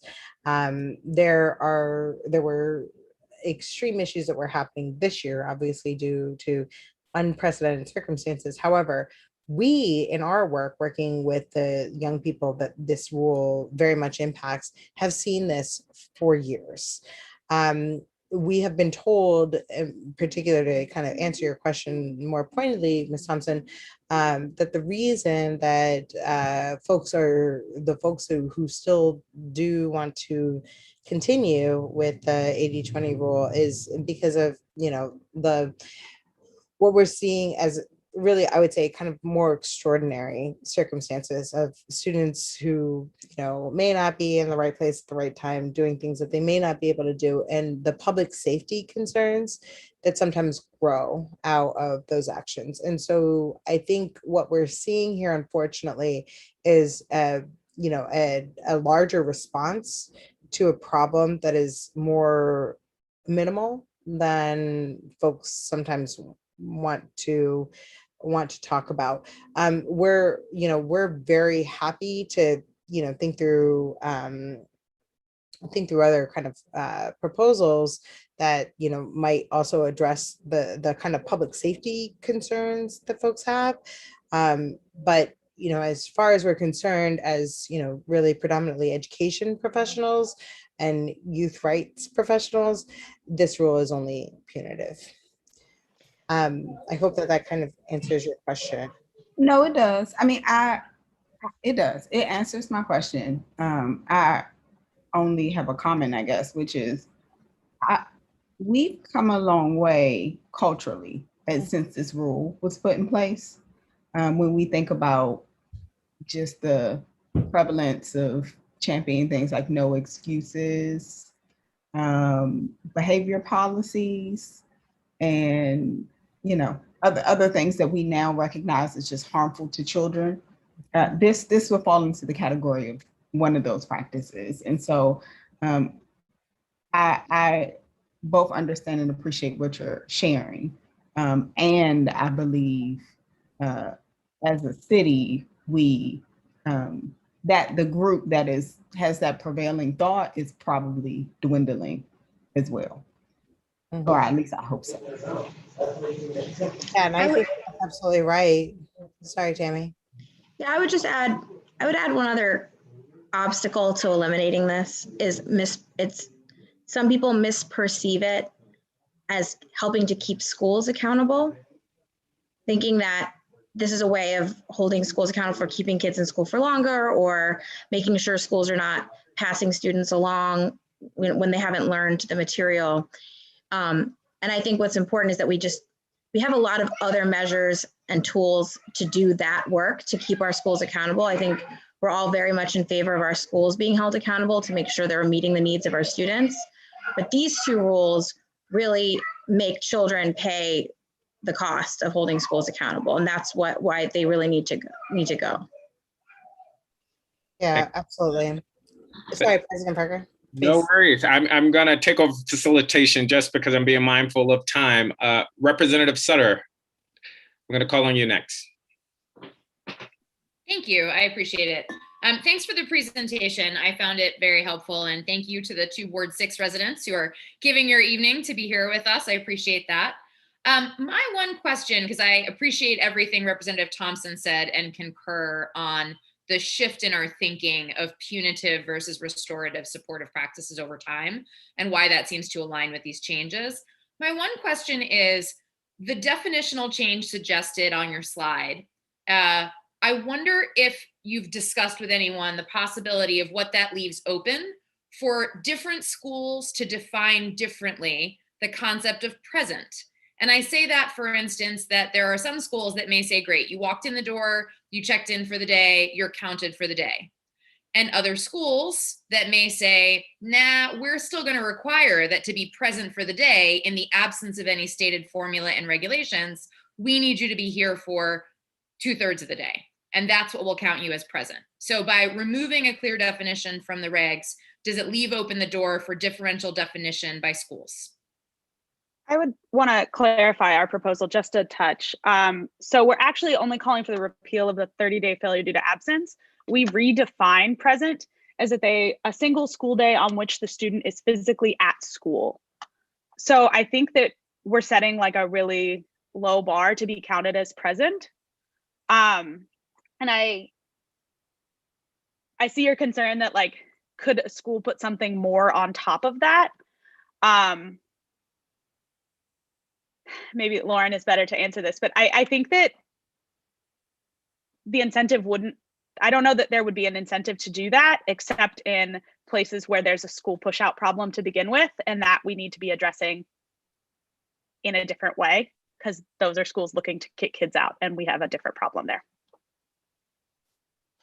And so, I concur with Danielle, Representative Sutter, and everyone else, in that because the 80-20 rule under the OSCE regulations is untied, it's not connected to any interventions, it's not connected to truancy, it's not connected to educational neglect referrals, right? It's not connected to any of these buckets of interventions. Regardless of how any of us feel about those particular interventions, this is unrelated to it.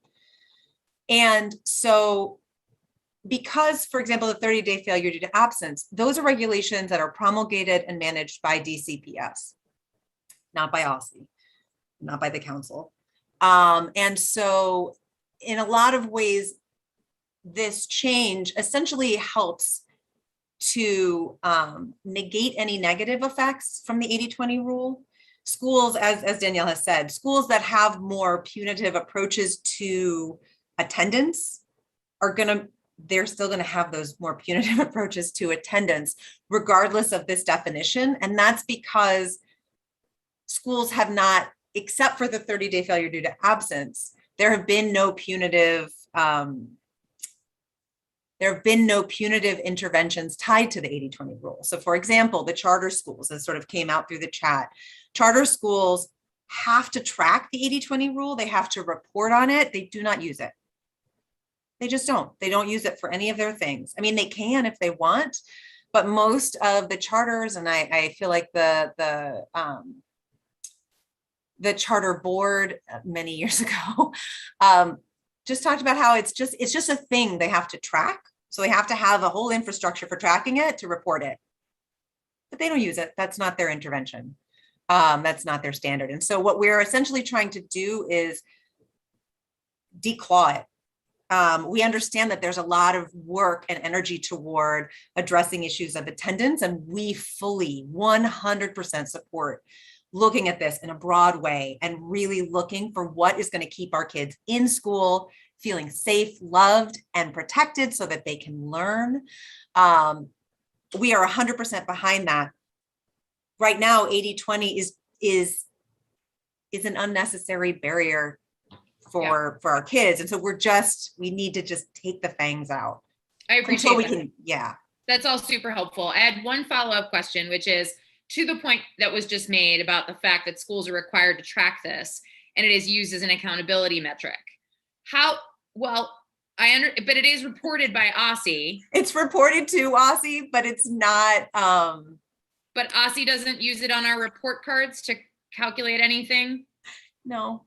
Okay, I misunderstood that then. I understood that it was reported by OSCE annually. And my question was going to be, doesn't this need to be part and parcel of larger conversations about changes to our accountability and school report card changes? That it would need to, we would want to see this, I would say, from the state board perspective, I want to make sure that we support things that are good for kids, but also that we do so as part of larger projects we're working on, like proposed reforms to our state accountability system and report card. Yes. And so, yes, we fully agree with all of that. This metric is just not, it is a metric that is sometimes reported out without context, but is just not a part of reporting. It's not a part of interventions. It is this very odd outlier that is just sitting there, doing nothing mostly. And then when it does something, it's harmful. Got it. Okay. Thanks very much. I'll yield my time to others. And President Parker, I know you're going to take over facilitation, but could we allow Nikisha to just tell a quick anecdotal example of why we think the 30-day failure due to absence rule and a case that she had with a student who experienced that was detrimental, and only because I think it helps frame that second part of the conversation, which is highly relevant to the first part as well. No, sure. And then after that, we'll go to Representative O'Leary. Great. Oh, my experience is just there is an appeals process with the 30-day failure to absence rule. However, it's not very effective in my experience. It takes a rather long time to actually get the hearing.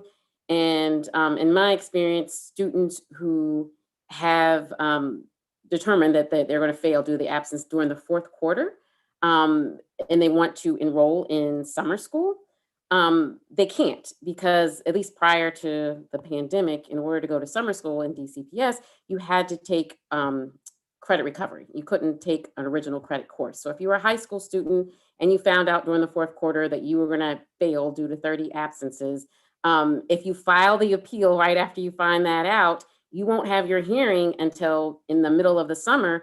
You miss 3 days of summer school, you can't enroll in the summer school and you will not be able to earn those credits.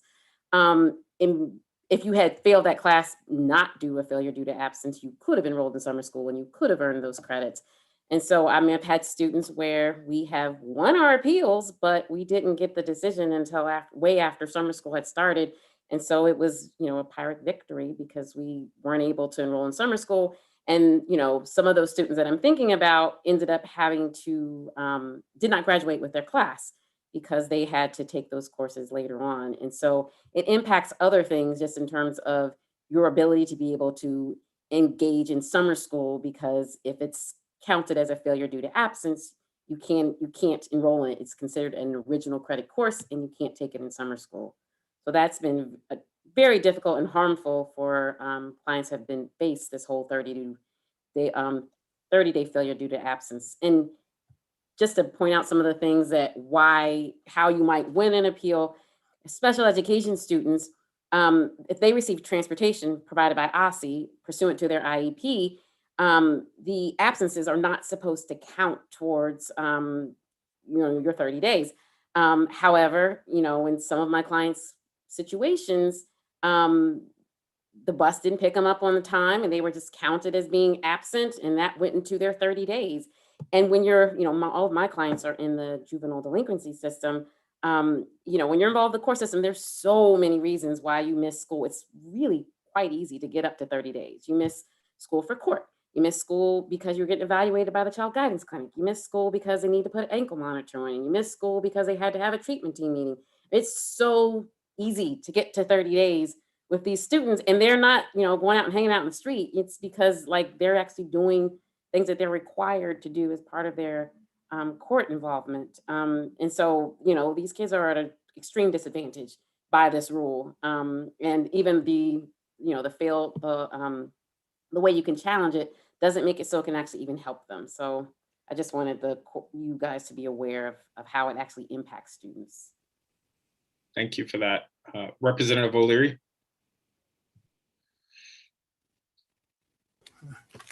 I feel like listening to this conversation that I just left the classroom yesterday, and it's been 4 years now. But when this draconian 80-20 rule and the 30-day absence rule came in, it was devastating to students. And I was a coach. I was coaching 2 sports at the time, and it was even, I don't know what the next word is from devastating, more devastating or most devastating or devastatinger, but it destroyed athletics for a lot of students for many years. And the reason it hasn't been changed is because there was no consultation with faculty, with coaches, with principals at all. When they put this brand new 80-20 rule, they couldn't explain it for the first advisory when football players were off the team right away almost. And it had nothing to do with, it was completely punitive. It was completely negative. It didn't help anything. And just to change it to this last year, now all you had to do was sign in at 11:58 at night and you were present for the whole day. You didn't have to go to any classes. As far as attendance was concerned, all you had to do was sign in at 11:58 at night and you were present for that day. So if you look at the attendance figures that the schools came out with this year and have any concept of believability and fannies in seats and in front of those screens, it's not even real. I don't have anything else to say. Yeah. Thank you. Maybe Representative O'Leary answered one of my questions, which is, does teacher or principal discretion play any part, or can it?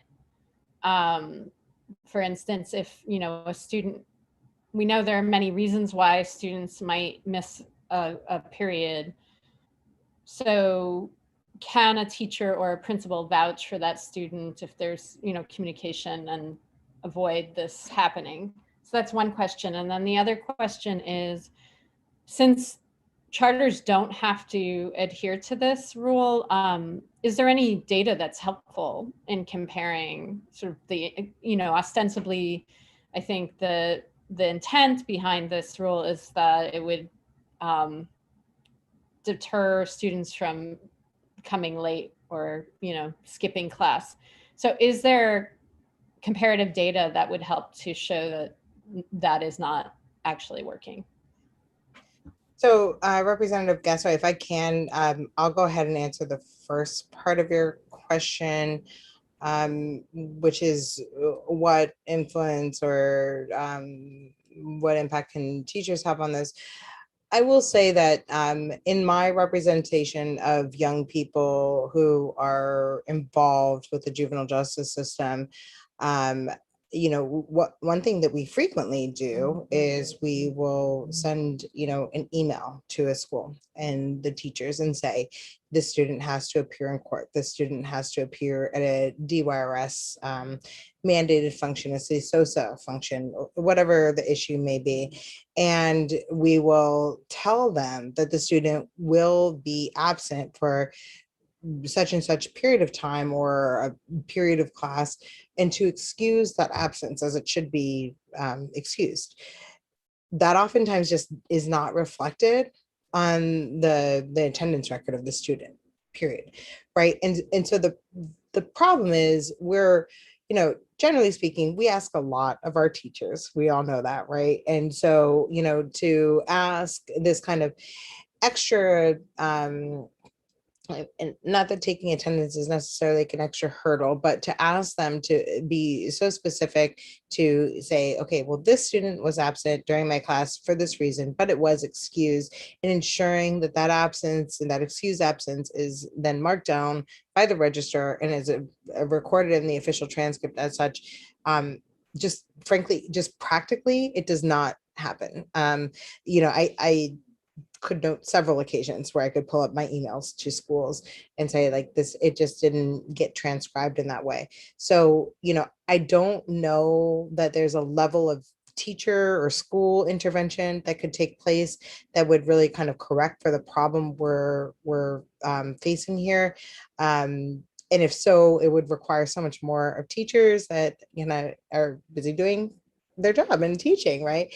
The problem is kind of like the automatic, system that just exists where if the student's already just kind of marked absence, nobody's going to go back through a roster of 1,000 kids at any given school and ensure that that student actually had an excuse for that time period, and that the teacher marked it adequately and that they got the attendance record in correctly. And part of what Nikisha was pointing out is this can happen so quickly that we end up in this 30-day failure due to absence situation where for a lot of my clients who, for instance, are even detained, right, at the DC jail, they may not be called down, for circumstances that are not due to them not wanting to go to school, but instead because there's a lockdown at DC jail, for instance, which prohibits them from going down to the classroom in normal times, obviously.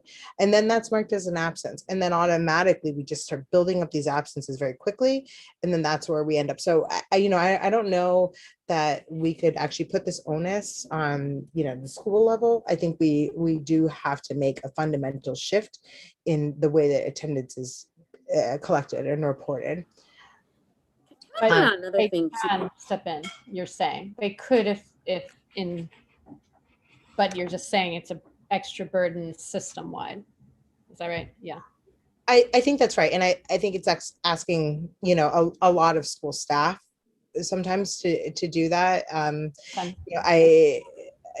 I also think that there's a lot of circumstances for the students who this rule impacts the most, or these two rules in conjunction with one another. There are a lot of, various hurdles, things that they're just experiencing that make it very difficult for this attendance to be tracked in a very meaningful way, right? I mean, if what the purpose of the rule is, which is what, we've been told, is to, increase student engagement, ensure that fannies are in seats. I'm going to take that from you, Representative O'Leary. I think that's actually very cute. If we're trying to ensure that students are learning, this is just not just from an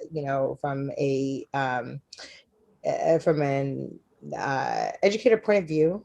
It's just not the best way to ensure that we're tracking student engagement and ensuring that students are actually participating in their education and are able to participate in their education. Can I add to, just to answer your question, it's not typically the principal that's involved with this. It's typically like the attendance counselor. And the way they currently have it set up, after a certain time frame, she can't even go in and change things. So for example, I would find out that, my client had a certain number of absences way after, I think it's like a 2-week or maybe it's a 10-day time frame. I don't quote me on that. I have to go back to look to see exactly what the time frame is, but I'd find out afterwards. And I'd actually have like court documents and paperwork to say like, hey, he really was here. Can you change it? And the system was locked so that they couldn't actually change it. And it's also 5 days, Nikisha, by the way, 5 days. 5 Okay. days. I remember it was like a short time frame, like it was afterwards. But the other issue is we are punishing kids really for their parents, because really the letter and everything is supposed to come from the parent. So if you could be a kid who is really on top of things, but if you don't have a parent that's going to, give you the sick paperwork from the doctor, it's not going to turn in, the funeral release from when you went to the funeral. If they don't turn in all those things, you're being punished. And do we really want to set up a system where kids are being punished for things that their parents are doing? I just don't think that that's really what we had in mind and really what's fair. And the other thing I wanted to point out about the 80-20 rule, say we have a court hearing in the morning, we have like a 9:30 hearing and we're finished by like 10 o'clock. Well, not 10 o'clock. We're usually not finished till like noon. If I tell a kid you should go to school and finish out the rest of your day, why? Because he's already marked absent. It doesn't matter if he goes to school for the whole rest of the day after his court hearing, it's not going to count for him. Why would we do that to kids? Because now if we didn't have this rule, I could be like, you need to go to school because they're going to count you as present and it's going to matter. But like the reality is, and the kids know it, like it doesn't matter. I've missed the first period, so it doesn't matter if I go to school or not. I'll be marked as absent. And that's not the kind of system we want to set up for our students. Representative Wattenberg. Thanks. So let me just say, first of all, thank you so much. This has been absolutely fascinating. I also want to say it's very complicated. And I think because we all don't have a lot of context, we're all asking at some level similar questions, but coming at it from a different way. And I will be doing the same thing. So thank you for not getting too bored with our questions. It's really been great. So first, I want to go back on this issue of how do the schools count attendance? So what I'm aware of is attendance is counted in the STAR framework, as Representative Sutter said. It's on our report card as part of the school rating. It is also part of the graduation requirement. So if those specific attendance requirements aren't being measured via 80-20, do you know what they are being measured by?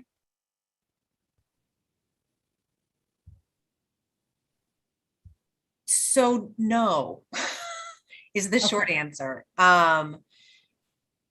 There are, and actually I didn't, the reason I was sort of looking off to this side is I was looking up to see if I could find how the STAR framework is actually tracking absences, and who is absent and who is present. So I don't actually know. I don't know whether, because again, the charter schools all have their own way of tracking attendance. So they have some of them have percentages, some of them may not, right? Like they've got their own thing going on. They track the 80-20 as well, but that's not the way they use for themselves, for their own tracking. No, that I get, yeah. Which just complicates things. And then also goodness, was this Representative Sutton's second question? Requirement. Right? They're like, so how can we find comparative data? That is a very good question. And it's hard to find comparative data. It's so hard. In fact, we did a FOIA request to OSSI for information on the interventions, right? How many SST meetings have been called due to attendance? And then we ask, are any of these meetings being called due to 80-20? Because our reading of the regs say that no, it's not tied to 80-20, but we have heard from individual schools that have said, oh, we think we actually have to do this via 80-20. So we asked OSSI for the data and they responded they didn't have any data. So our staff, I'm sure will follow up on this, but you should, somewhere data is being used both for graduation and for STAR. So what is it? That would be, we all should know that. And then I just want one comment on the comparable data. The city auditor, Kathy Patterson's office, just did a report on the lack of comparable data because the city doesn't put out specific guidelines, like charters make their own definitions on things. So I guess this is part of that as well. So just noting that. But another question. So on the 30-day rule, so what, and a lot of this, I agree with you that in general, the response on the attendance, especially on severe attendance problems, it should be restorative, not punitive. So this is not disagreement with that, although at the lower end, I'm not sure I totally agree with that. But anyway, at the higher end, I certainly do. But then my question is, it's more sort of technical in terms of what we replace what with, right? So to take the 30-day rule. So if you aren't there for 30 days and there's not an automatic failure, then what happens? Is that then up to the schools or the LEAs about what to do? Or do students get incompletes, or students get graded on whatever they turned in? If they weren't there but still turned stuff in, they get graded. Do you know, or so from my kind of like teaching experience, let me speak to this. I think that the problem with using attendance is one that a lot of times, as my colleague Nikisha mentioned, a lot of times attendance is not in the student's control. I think there's been really interesting conversations going on in the chat about like extenuating circumstances that cause kids to be late. They are dropping off younger siblings. Their metro was stuck between two stops for 40 minutes, things that are not their fault. So that's the first part of this. We should not be penalizing them for things that are not their fault. Second is that from, I guess, my teaching perspective is that if you miss 30 days of school or 30 days even of one class, you're probably not going to pass. You're not going to have learned enough material to pass on the merits. So why aren't we graded? If we are already grading them on that, why also have this other thing? No, that's if I have a student, and so, but I think that's the answer to your question, right? Is that schools, you can pass or fail a kid, or you can make a decision to promote or retain a student based on their grades and their mastery of the material. And we could go into a much longer conversation about how well we're actually how well grades and tests measure that mastery. That's not the point of this meeting. I can soapbox about it for a really long time. But that's where we need to be. If we're going to be punishing kids, we shouldn't be punishing them for attendance, but we can accurately measure their mastery of subjects and whether or not they should be promoted to the next grade or to the next level, from math 1 to math 2 or English 2 to English 3, based on whether or not they know the material and not whether or not they missed first period because they have to take their younger siblings to a school in a totally different ward. And if they can learn the material on their own, then we definitely shouldn't be making them repeat a course if they can, in fact, pass English 1, even though they missed it 32 days that year. And if I I could mean? actually just speak to that very quickly, Representative Wattenberg, sorry to interrupt you, but you know, DCPS has in several of its schools moved to a competency-based learning environment for particularly for those students, such as those who are oftentimes most penalized by the 80-20 rule. So for instance, at our opportunity academies and also now at the DC jail, we have competency-based learning that is also a DCPS curriculum that measures whether the student has actually mastered the course material and not whether they're just attending and, you know, being there for the sake of being there, even if they are tardy and then marked absent, right? Yes, so that is very helpful. I want to throw out two related things. One is that, you know, as you think, I mean, I'm assuming you guys are going to try to push this forward, and so you need some sense of what's it going to be replaced with, or somebody's going to have to come up with the replacement. So consider this in that spirit. So one thing is classes, some classes do have as part of their, I mean, I hear what you're saying, that this should be based on how well you're doing the course. Have you mastered it? Some courses have engagement, right? Participation is part of the rule. So as part of the grading, so is that still allowed? Just a question. The other thing I just wanted to raise, and you don't really have to answer it, but back to this issue of if you change the 80-20 to just the way you had it in that definition, just being there or physically being present, to me, that is going to end up being very discretionary, because in some schools, you could be there for 1 minute. You could come the first minute or the last minute. In some schools, it will be very different. So I would just say there's issues around discretionary as well. So it's just, as we figure this out and sort of move it forward, I think we probably need a definition, and maybe it exists somewhere else. That's it. And if I can briefly respond, I want to be conscious of time. Sorry, President Parker, I know you're trying to keep us on time. But I really want to take back to something that Representative Thompson said earlier, that like we have articulated a whole lot of reasons why this is harmful. And I guess I want to know, like, what is the harm in counting a kid present if they only show up to 5 minutes at the end of the day? Like the system we have currently, we've spent an hour talking about harms. What is the harm of counting them present for 5 minutes? Like, they're still probably going to fail their math test because they weren't there. They're not going to be able to, you know what I mean? But there's no like harm in giving them present. Like, that I can see. If someone can articulate one. That's a long conversation, and I half agree with you, and I half disagree. You know, I think it's. Well, and to that point, I will say we have the chat because I do want to get to Representative Chang as time draws on, and I'm not seeing Representative Chang. President Parker, may I make a very quick statement, which is that we've actually done research onto nationwide, actually, the 50 largest school districts, and looked into what their attendance policies are. We have specifically, and this is in the primer that we circulated to SBOE, which I'm assuming will be reflected in the meeting minutes for those who might be looking at this live streamed. We have highlighted a few districts that are neighboring districts, as well as districts that are afar, that are comparable in school size, larger in school size, smaller in school size to DC and DCPS in particular, and highlighted what their attendance policies are, which, you know, to Danielle's point, are nowhere near as punitive as DC's policies are. And so that, you know, part of this is, you know, a reflection that things have changed. Culturally, we're at a different point of time when we're thinking about issues that kind of encompass a kind of school to prison pipeline kind of rhetoric, right?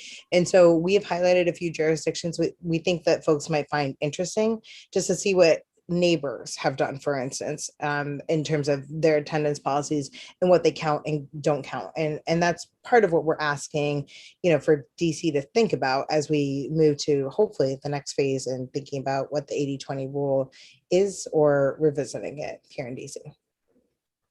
And also, because it doesn't look like Representative, the representative who wanted to speak, it doesn't look like he's popped back on. Is it okay for me to just pop in here for a second? Okay. One of the things that we decided not to tackle in this moment is, right, the change in partial school day, right? We changed the definition of present, but we didn't change the definition of partial school day, something we didn't actually include on the slide. But just so everyone, I actually have, the reason I'm looking this way is my other screen. I have it over here, right? The partial school day says at least 20% of the instructional hours regularly provided on a single school day, which shall be deemed a full school day when a student is absent, without, an excused absence. But we haven't actually touched that, which means that students who are there for less than 20% of the time, based on what we are proposing right now, would be marked as absent. And so it's not, so although I think, speaking for Danielle, when we're looking at interventions for students, blanket absent or present is not helpful. We need to know, right? Are they in the school building but not going to school, right? Are they not going to classes? Are they late only in the mornings, which might be a transportation issue? Is there one particular class that they are missing? Or, is it every Tuesday and Thursday in the afternoon, right? You can't see patterns with the 80/20 at all. And so one of the things that this allows is it allows the schools to really capture the patterns for students, rather than having this monolith of, well, you missed 20.1% of this school day.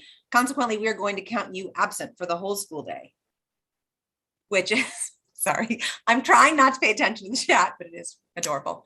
And so, I just want to clarify that a little bit, that we do not see this as the end all be all of attendance interventions, so like getting rid of 80/20 and the 30-day failure due to absence, like attendance solved. That's not the approach. What we're trying to do is get rid of the barriers that are preventing us from putting meaningful interventions into place, for putting meaningful tracking mechanisms into place. And so that is why we are pushing what we're pushing right now. It's not the end, it's just the first step. Thank you for that. I'm not seeing Representative Cheng. I do have 2 quick comments. Feel free to respond to them or not. But I anecdotally remember in high school, and I didn't go to high school in DC, but there was a young lady that was in my class that literally missed more than half of the school year, who got the highest grades and scores on any assessment that we took. And so I think that just further speaks to that ability to demonstrate mastery, and how it's not necessarily wedded to being in a seat. And then second, I think in DC, something that we didn't really touch on today that I think is really important is housing instability, and how that has a huge impact on students' attendance. I recall a school here in Ward 5, there was a housing development that was closed down. Students were dispersed across the city, and the school reflected on how immediately the next day attendance tanked, and therefore their ratings for STAR and other things took a hit. So I do think there is room for us to reflect on this. I wonder what connection, if any, we can make to the housing instability piece, or what kind of alerts or early interventions might be there for families as well. So just throwing that out there. Actually, I really want to. Oh, I'm sorry, Danielle. No, I just really want to talk, I think we've talked around a little bit, but I really kind of want to put a finer point on the idea that there is a reason to track attendance. And I like what I think Representative Patterson said, an indicator, not an indictment. We can collect attendance data and we can learn things about kids, right? If they are missing first period every day, we need to go ask them, do you have a transportation issue?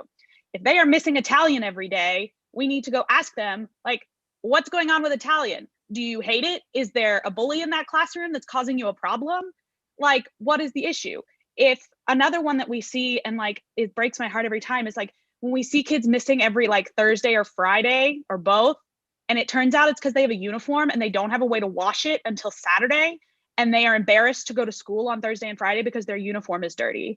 Like, we need to get that kid access to a laundromat. Like I want to say that, like, there are valuable reasons to collect attendance, and all of those should be indicators of how those children need support, not reasons to fail them. And like, I'm here to gather it. I like have a odd relationship with data that mostly has to do with my inability to do math, but like, I am here for data. I know that there are things we can learn from it, and I want to use what we learn from it to support kids, not to further push them out of school. Yeah, I would absolutely and wholeheartedly agree with Danielle on her experiences, that she's lived as an attorney that, works for an organization that represents a lot of kids who this impacts. At School Justice Project, we have the same exact problem. I can't tell you on how many occasions we have young people who are experiencing some form of homelessness or are living in shelter, and something happens that just does not allow for them to continue to go to school, or that makes it so that their housing is suddenly uprooted, moved across the city, and then they have all these transportation issues just to get back and forth to school. So thank you so much, President Parker, for highlighting that, because it is actually a huge problem. There's so many things that feed into this issue. We haven't really touched on it so much today, but there's also referrals to the Office of the Attorney General, OAG, for students who are not present in school. We have, just in full transparency, seen those referrals on a decline. I think that most of the numbers that we've experienced, obviously from this past year and a half, are unreliable at the very best. But generally speaking, we have seen those numbers on a decline, which is great, but it still happens, right? And so, part of what we are looking to do is just revisit that entire relationship and think more about what our students need, and particularly those who experience the most challenging situations, and who this impacts the most negatively, especially for those kids who, as President Parker said, are, and as the pandemic has shown with some of our clients, who are able to attend school virtually, but weren't really able to do that in a way that was more uniform pre-pandemic, when they actually had to physically go to school and be there and be marked present. There's a lot of ways that we can think about this problem, and we're here to kind of help discuss that. And also, President Parker, if I can jump in just a little bit. Number one, I just thank you for raising housing. And I also just want to call out for all the work you're doing at Brooklyn Manor, which is right down the street from me. And thank you so much for all the support you're giving those folks. Because I used to work with Narinda Hayat, and I don't know if you had worked with her as well, but it's terrible what's going on there. So that said, I did want to also just touch very briefly on the issue of competence versus compliance. And actually the law, we don't go into the weeds too much in our primer, but I really love weeds. And so one of the things that is available to all schools using the Carnegie Unit standards, right, which you all control, the Carnegie Unit standards actually have in-seat requirements to pass courses, and they provide LEAs the capacity to request waivers from those requirements. And schools do it all the time. For example, right, Deal Middle School has this math acceleration thing that terrifies me, but many students utilize, where students do not get the full in-seat, 120, 160 hours in a semester, yet they are accredited for a full year's worth of work after just a summer. And so we already have ways, exactly, Representative Reed, we have ways to ensure competence is primary above compliance. We, however, are essentially, DCPS often feels like it is forced, particularly after what happened with Baloo a few years ago, right? They feel like they have to now absolutely adhere to the 30-day failure due to absence, because they feel like there is no other way around it. And other schools as well may feel backed into a corner where the regs already build in the capacity for LEAs to request these kinds of waivers. So. Well, again, thank you. This was a very thought-provoking conversation. I imagine this will not be our last time chatting. And so I appreciate all of you. Again, we welcome you to stay tuned. So Danielle, I'm not going to start calling names, but thank you all for joining us. I really appreciated it. Members, we are going to switch gears now to turn to committee reports. Yeah, and I just will quickly note my contact information is at the end of the primer if anyone wants to follow up on any of the stuff that we've talked about. Awesome. Thank you. Thanks. Bye. We are going to switch gears to committee reports. As a reminder, we have 5 minutes per committee report, and then there were requests for additional time for advocacy and outreach. And I'm assuming that's in addition to the homeschooling report that was already made, right, Representative Reed? Nope. Okay, I'm seeing a face. So, and then as well as admin and teacher practice. So we will start with the admin committee report. Vice President Gassoy. I didn't realize that I'm not ever first, so I didn't expect it. Okay, so there are 3 main things to discuss with the admin report. The first is first, just a quick note about our budget. So we did meet with the chairman recently, and we learned that the good news first is that our sister agencies were both given the funding for their full-time employee that they requested. So we're very excited about that. The bad news is that the state board did not receive the funding that we have requested for our full-time employee to assist with the education standards work that we're hoping to do. And so there is still time right now for us to contact our council members. Right. Keep pushing. That's my point. So thank you to Representative Sutter, who did reach out to the chairman. You can reach out to the chairman. You can reach out to your council member. I'll let John Paul put that in the chat, the answer to Representative Thompson's question. And then any questions about that or thoughts beyond the amount, which Mr. Hayworth will put in the chat. Okay. So the other issue that came up and that we discussed at the admin meeting was about the return to in-person in the old council chambers. And what we learned is that there's work being done. So again, the good news is that the work that's being done there will allow us to have hybrid meetings. So we'll be in person, the public can come and testify in person. And also there will be options for virtual attendance. The slightly less good news is that that work will not be done until the end of September. So basically, we discussed what we should do for our September public meeting. And there was we didn't come to a conclusion. I think the 2 issues were, should we prioritize access and continue to meet virtually?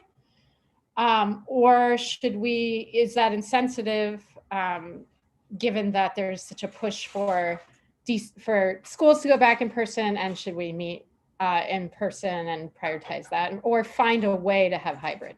So that was the discussion. We didn't land. So if there are thoughts or questions now, I haven't seen what's in the chat yet. Go ahead, Alex. Yeah, what did you say, the first part about something being in person? What was that for?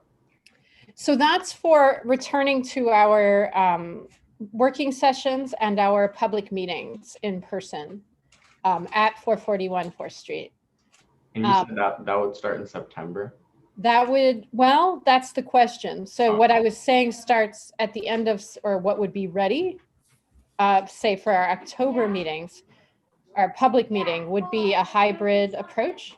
So we'd be able to have, we'd be in person, the public could be in person, but they could also access, they could testify or be on a panel virtually. Does that make sense? Yeah, thank you. Okay, I think you were next, Representative O'Leary. Can we go to a school? So that's the question. And I think, I don't know, Mr. Hayworth, if you want to speak to that now. I think we are trying to figure that out. I think, yeah, go ahead. I'm sorry. So yeah, I'm happy to talk about it. So I was actually just putting in the chat, I am trying to look for additional venues, but there are a lot of complications with that, including we need a space that can accommodate television cameras for Office of Cable Television to live stream the meeting. We need to be able to have the technology access so that you can see people on the screens and they can hear and see you as well, which means a lot of microphones and electronic devices that clearly I don't know anything about. And there are, from what I understand, there are some rooms in DC that have them, but there may be a cost associated with them. So I need to figure out what that is. And then we also need to make sure that we have access available for people to actually get to the meetings. Some of the spaces may not be easily metro accessibly, or at least accessible to the vast majority of our families. And so there's a lot of different things. It's a great question from Dr. Sutter and the council. The Wilson building is not currently open to the public, and so we would not be able to use a hearing room. And they are also not equipped to do the type of hybrid that meetings that we are hoping to do in the old council chambers. And so I'm still looking. I have heard that the library on L Street may have some really great space. The auditorium at Ballou, I know, has a really great auditorium. There's a potential we might be able to use Banneker if it's open by that point. There's a lot of different options, but I'm exploring them all. So if you have ideas, for instance, I was talking to some people today and they said, well, what about maybe using one of Events DC spaces, like the convention center, or maybe the Nats Park, or something like that, somewhere where they have the cameras and things ready and have the understanding of how to do it. So anyone who has suggestions, please just email them to me and I will take a look and we will find the right place. And maybe multiple places. If I don't know anything about technology, but I know that most of us are probably doing this on our laptop, right? So couldn't like the 9 of us just show up with our laptops at some place and do that? As long as it has a strong Wi-Fi signal, maybe. Yeah. For instance, the old council chambers does not have strong Wi-Fi, so we would not be able to do it there. Okay, but I mean, but this is what I'm saying. So that have strong Wi-Fi. Well, for instance, if we did it at a school, would we be able to do all that with the DCPS Wi-Fi? I don't know. I would need to get permission to use their Wi-Fi system. So there's a lot of other things that go into it. But yes, I generally agree with you. But we would also need an ability for the public who are in the room to also be able to see the video presentations from the public as well. So I would need to get a projector or find another way of doing that and have that come through the live stream in order to go out to the cable television too. So there's a lot of little nuances and logistics that we're just gonna need to do our best to get there.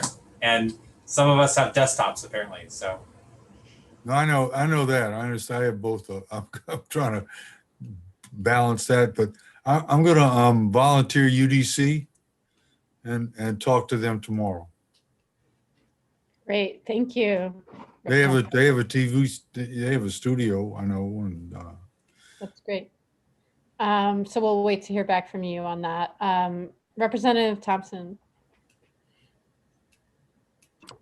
I can actually lower my hand. My question was going to be, no, actually, I do have another question. My question was going to be about the technological capabilities, I think is how I say that, John Paul. But my follow-up question, do we have a sense of whether it's ANCs or the council, like what they're doing I know some of the ANCs have passed like virtual, have passed resolutions around hybrid or virtual meetings and being able to continue those for accessibility reasons. And I haven't been tracking this closely. It just kind of crossed my radar. And so I'd be curious what other entities are doing. Yeah. Sorry. Yeah. So President Parker just put it in the chat that the chairman mentioned that they don't actually have plans to do the hybrid, at least not right away, and that they aren't planning to go back until probably at least not before we would, in late September or October. So that's what we know about council. I don't know anything about the ANCs. Does anyone else? Okay. So maybe that, yeah. What? No, I'm just going to say ANCs that I've talked to are grappling with the same things. Attendance is up, and they're trying to maintain that and not rush back. Same thing in Ward 4. Yeah, I mean, it might, maybe it's worth reaching out to Councilmember White's office, Robert White, since he has oversight of ANCs right now. I mean, I do think that aside from, to the point you raised, President Parker, around the, aside from just like COVID and safety measures, accessibility for people is important. And I know a lot of people who it's a lot easier for them to get on Zoom and have, bedtime happening in the background as parents of small children than it is to show up at anybody's chambers, old council, new council, whatever. So I'm looking forward to see how that conversation continues to unfold. Thank you, Representative Thompson. Representative O'Sullivan, did you have another thought or question? Okay.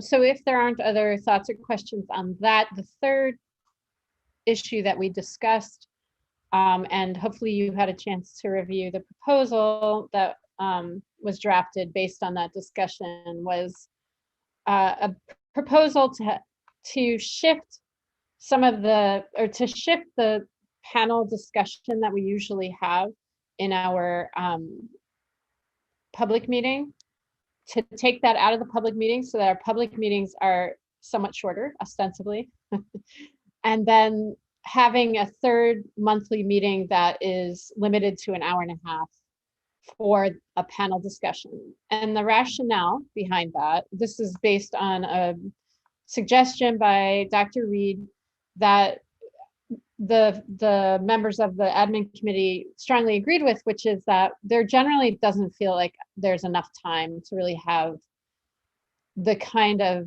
in-depth is, we don't even get close to in-depth usually, like a substantial conversation with the panelists who are almost always, so knowledgeable. And so we're just trying to address that. So that's what we came up with. We had a few different options, which you may have seen in the memo, but this is what we suggested. So maybe what would be helpful is I'll just really quickly read it because it's short, and then get your input on it. Does that sound good? Yeah. So the proposal is that in addition to the current working session on the first Wednesday and the public meeting on the third Wednesday of each month, the admin committee proposes that the state board hold a third 1.5-hour meeting on the second Wednesday of each month for the express purpose of hosting panel discussions. These panel discussions would take the place of the panels during currently included in our public meeting agendas, and would therefore shorten our public meetings by approximately 1.5 hours.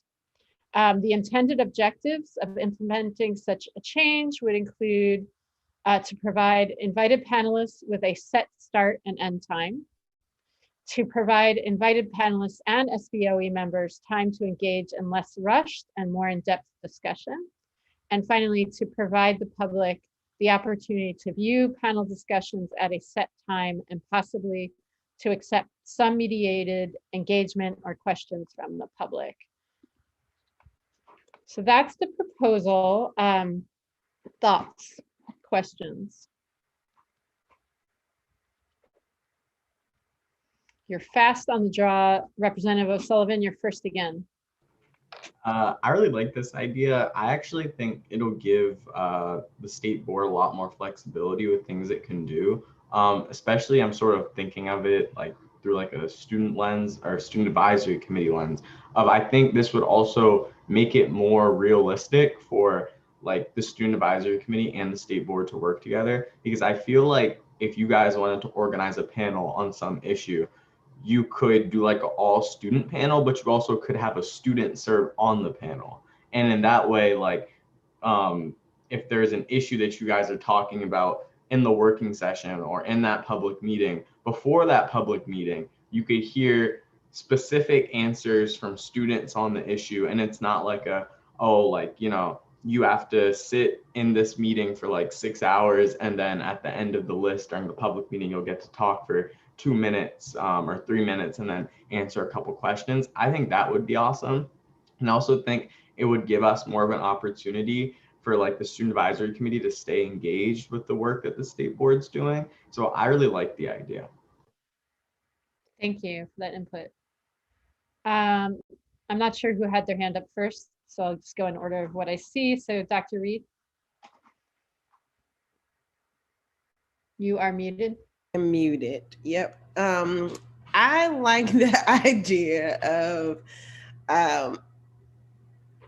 I think we can do it in 2 meetings. I will confess I'm a meeting minimalist, but I think we can do it in 2 meetings. I think if our working session has a link to our work plan, that information. So like if we're soliciting information on literacy or something like that, you know, all those elements that are in our work plan, save that for the working session. Like tonight we went through a bunch of topics, but you know, making sure those topics are kind of related to what we have listed out. And then I like possibly, I'm also maybe a little biased, the setup of the public meeting where the panel that we're gonna have is giving more time to a public issue, or it could just be more people testifying, which is fine by me. But I just think the working session could be the work plan panel content, and then for the public meeting, even pushing for more of consistent representation from the DME's office, from Charter Board, from OSSI, and a chance to engage them, because I think those are the people the public want to hear from consistently. So that's my take on things. Can I just make sure I understand? So you are saying if we did this in 2 meetings, I actually, can I just ask you to clarify the first thing you said about a link, having a link for the working meeting to what was? Yes. So for instance, the working session, like what we did, I'll use what we did tonight for homeschooling. It's in the teacher standards committee's work plan to, you know, go down a rabbit hole around homeschooling. The panel that we had tonight, it wasn't a panel, but it was a presentation on what the status of homeschooling kind of is. We were going to invite some folks, but you know, we did a presentation on the topic. The following meeting, which is our public meeting, the public has opportunity to weigh in and their panelists around that. Think of a better example, like tonight, literacy is, I think somebody's on somebody's work plan, I'm guessing. OSSI presenting tonight, that's a working element. Like that's the reason why we're in the working session is to push our plan, our work plan. So we're getting content from whoever experts, people around our work plan. But the public meeting is really to get public feedback on whatever the status of education is, to hear from our lead agencies in education, I'm thinking, versus we'll sometimes like, you know, I'm not critiquing, but like, you know, we asked to have the states represent. I think it was a very great conversation, but I think that's linked to our work plan. So that could have been a working session meeting where we could have had more engagement with those states and with fresh eyes, versus having a variety of, you know, public witnesses come and then we are listening and we can't really engage the states because it's a work topic. I don't know if I'm explaining this right, but working session topics, whatever's on the work plan, that's what's in the panels for the working session. Yeah, I hear you. I think, you know, why we landed on this is because that just would be, it's just really long. And so I don't think it solves the problem of like feeling rushed, but I hear you. I'm hoping somebody's keeping better notes than me. I have a hard time multitasking in these situations. So, Dr. Sutter. Thank you. I am going to actually get a sticker made for my laptop of that term, Dr. Reed, meeting minimalist, because I am with you on the meeting minimalism. I'm also concerned about how adding a third meeting to our agenda, if it is an evening meeting, may preclude us from attending other community events that I know we all try to juggle. ANCs, school events, community meetings, ward education council meetings. So my concern is about adding another third monthly calendared meetings, right? Committee meetings, third monthly calendared meeting that claims an evening. But I do also want to echo what I think Dr. Reed is getting at, which is I like the notion of having some continuity between the meetings we have in a month. So to the point about homeschooling, tonight we had the regulatory conversation about why homeschooling connects to what we do. And at our public meeting, we're having a panel of invited folks to talk about homeschooling, but we're also advertising to the public that they can come speak about it. To me, having a thematic sort of clear focus that lets us really dig in on a topic is helpful given the limited time we all have together as board members. I also think keeping the panel connected to the opportunity for public comment is something the public may find helpful. So for instance, let's say we were adding a third meeting this month. Would we add it before or after the public comment on the topic?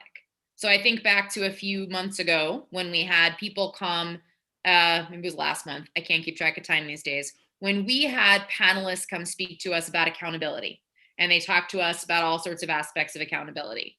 Many people, members of the public, came that night too to air their thoughts on accountability. They saw that as the thematic focus of the meeting, and it was helpful for them to speak to us, and then for us to be able to take what we heard from them and ask it of the panel. So if we calendared a third meeting, it would also, I think, need to be after the public, but not too much after the public, lest there be a discontinuity for both us and the public. All in all, I appreciate the effort the committee went through to create a strong recommendation. I think it may overly complicate a system that we've got, which is just, we're public servants who have to spend a lot of time listening to people, but that's what we signed up for. Thank you for that. And I have to admit, for some reason, it took that long for me. The link I thought you were talking about was like an actual link that you click. I understand now, link. Yes, that makes sense. Connection, continuity, yes. Okay. Were you next, Ruth? Okay, go ahead. I don't know, but I will go. So I have a few, I don't have an end solution, but I have a few comments relative to the proposal, what other people said. First of all, just some thoughts is one thing that we have done in the past with our public meetings, but I don't think we've done it recently, is to really devote it to hearing public comment on something specific. So I remember at one point we had one around, and some of you will remember this, around the star rating, you know, when it was first coming in, and I think 80 people came to talk, you know, it was, and I think there's other issues that are like that we could open up, and we'd get you know, we'd get a lot of feedback. So that is, I'm for having that kind of thing. I think we can do it. We can name certain public meetings to do that and not others. I like the idea of, so that's number one. Number two, I do really agree that the public meeting panels as they are currently organized are very, they're too abbreviated. Our ability to talk and engage is very limited, and it would be much better to be able to do that in a working session where we weren't time limited and so on. Somebody proposed, and I now cannot remember where this came from, but there was some idea from somebody that the way this could work, which speaks a little bit to Jessica's idea, but it's not as minimalist, is that you would have a public meeting topic, say it was that reading panel, or it could be the accountability panel, and then you would explicitly have your next, or I guess, I'm sorry, you'd have at your working meeting, I guess, you would have that kind of a panel with a lot of interaction, and then explicitly designate the next public meeting as an opportunity for the public to comment on those speakers. So it's a little bit of the reverse of what Representative Sutter was saying, but it could work both ways. But part of the idea was to get the comment of the public after after a bunch of ideas had been proposed by these experts, these interesting ideas. Let's see. And yeah, so those would be my 3 points, however it works. I mean, I think that, and just to go back to something that Representative Reed said, I don't know that we can do this in only 2 meetings, because yes, tonight was great. It was really a terrific meeting. We had all that time to interact with these panels. But if you take this kind of interaction over those particular panels and try to add it to the previous working sessions we've had, which also, ran 2-3 hours, I just don't know how that's going to work. So I just want to put that out there as a challenge, and I don't know how it gets handled in 2 meetings. That's it. Thank you. Representative Thompson. My bulleted thoughts are the following. One, I hear what reps that are raised about being able to attend other community meetings. That I think is important. Like, I have a civic association meeting that falls on this night, and it's actually when I would typically regularly attend, and I don't get to see them anymore. So it's a problem. So yes, I hold that as a value too. I think I am not completely clear what we're trying to solve for. And that just could be me not tracking the conversation. I'll say generally, I'm okay with this. I mean, like, I don't hate a super long meeting. If it's just like, this is a dedicated time to do it, I'm gonna block it out and listen to every single person, because I've been on the bottom of a witness list. Okay. And I don't believe person number 10 that testifies is more important than person 110. And I think that's just kind of what we signed up for. The frustration that I do have sometimes is actually with when we invite Aussie, and they come every month, and we only have a certain amount of time with them. And I'm not so sure that the amount of time we have for questions really allows us to understand. Simba also does not like it, apparently, but off does not allow us to really dig into the issues with them in a way that I feel is sufficient. And I understand that if we had more time with them, then that would also make our meeting longer. So there's a tension, I guess, with that. Third bullet. Generally, I am less concerned. I want the expert witnesses we invite to be relevant to our work plans and to be relevant to what is happening at any given moment. Hold on. What I don't necessarily see as the same as some others is, I know my constituents, since we're the only place that people can show up on a regular basis, show up and talk about whatever you want, because there's no other place for them to go. There literally is no other place for people to go in our education structure. And I've said it before, as representatives, like, that is a job description. And if they're not showing up and telling us things, then we just don't know. So I'm less concerned with, like, the whole expert witness and if it ties to what people are saying or not, because I think people just need a space to say what's important to them.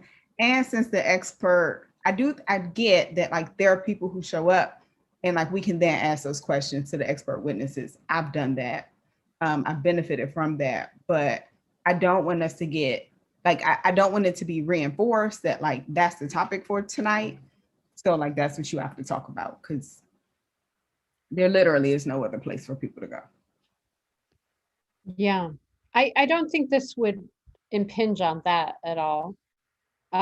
This is more, I think another, since you asked, you know, what issue are we trying to address? I think one that I mentioned was that many of us feel like we don't have enough time. Like you said, with OSSI, we feel that way with panelists as well. Like this is such a, you know, they present such important, rich information, and we have 3 minutes each, you know, total, like to ask the question and get the response. And that just feels really frustrating. So the thought was, if we remove that, if we have a set meeting just for this, for the panel, then we would have more time to. Question? Yeah.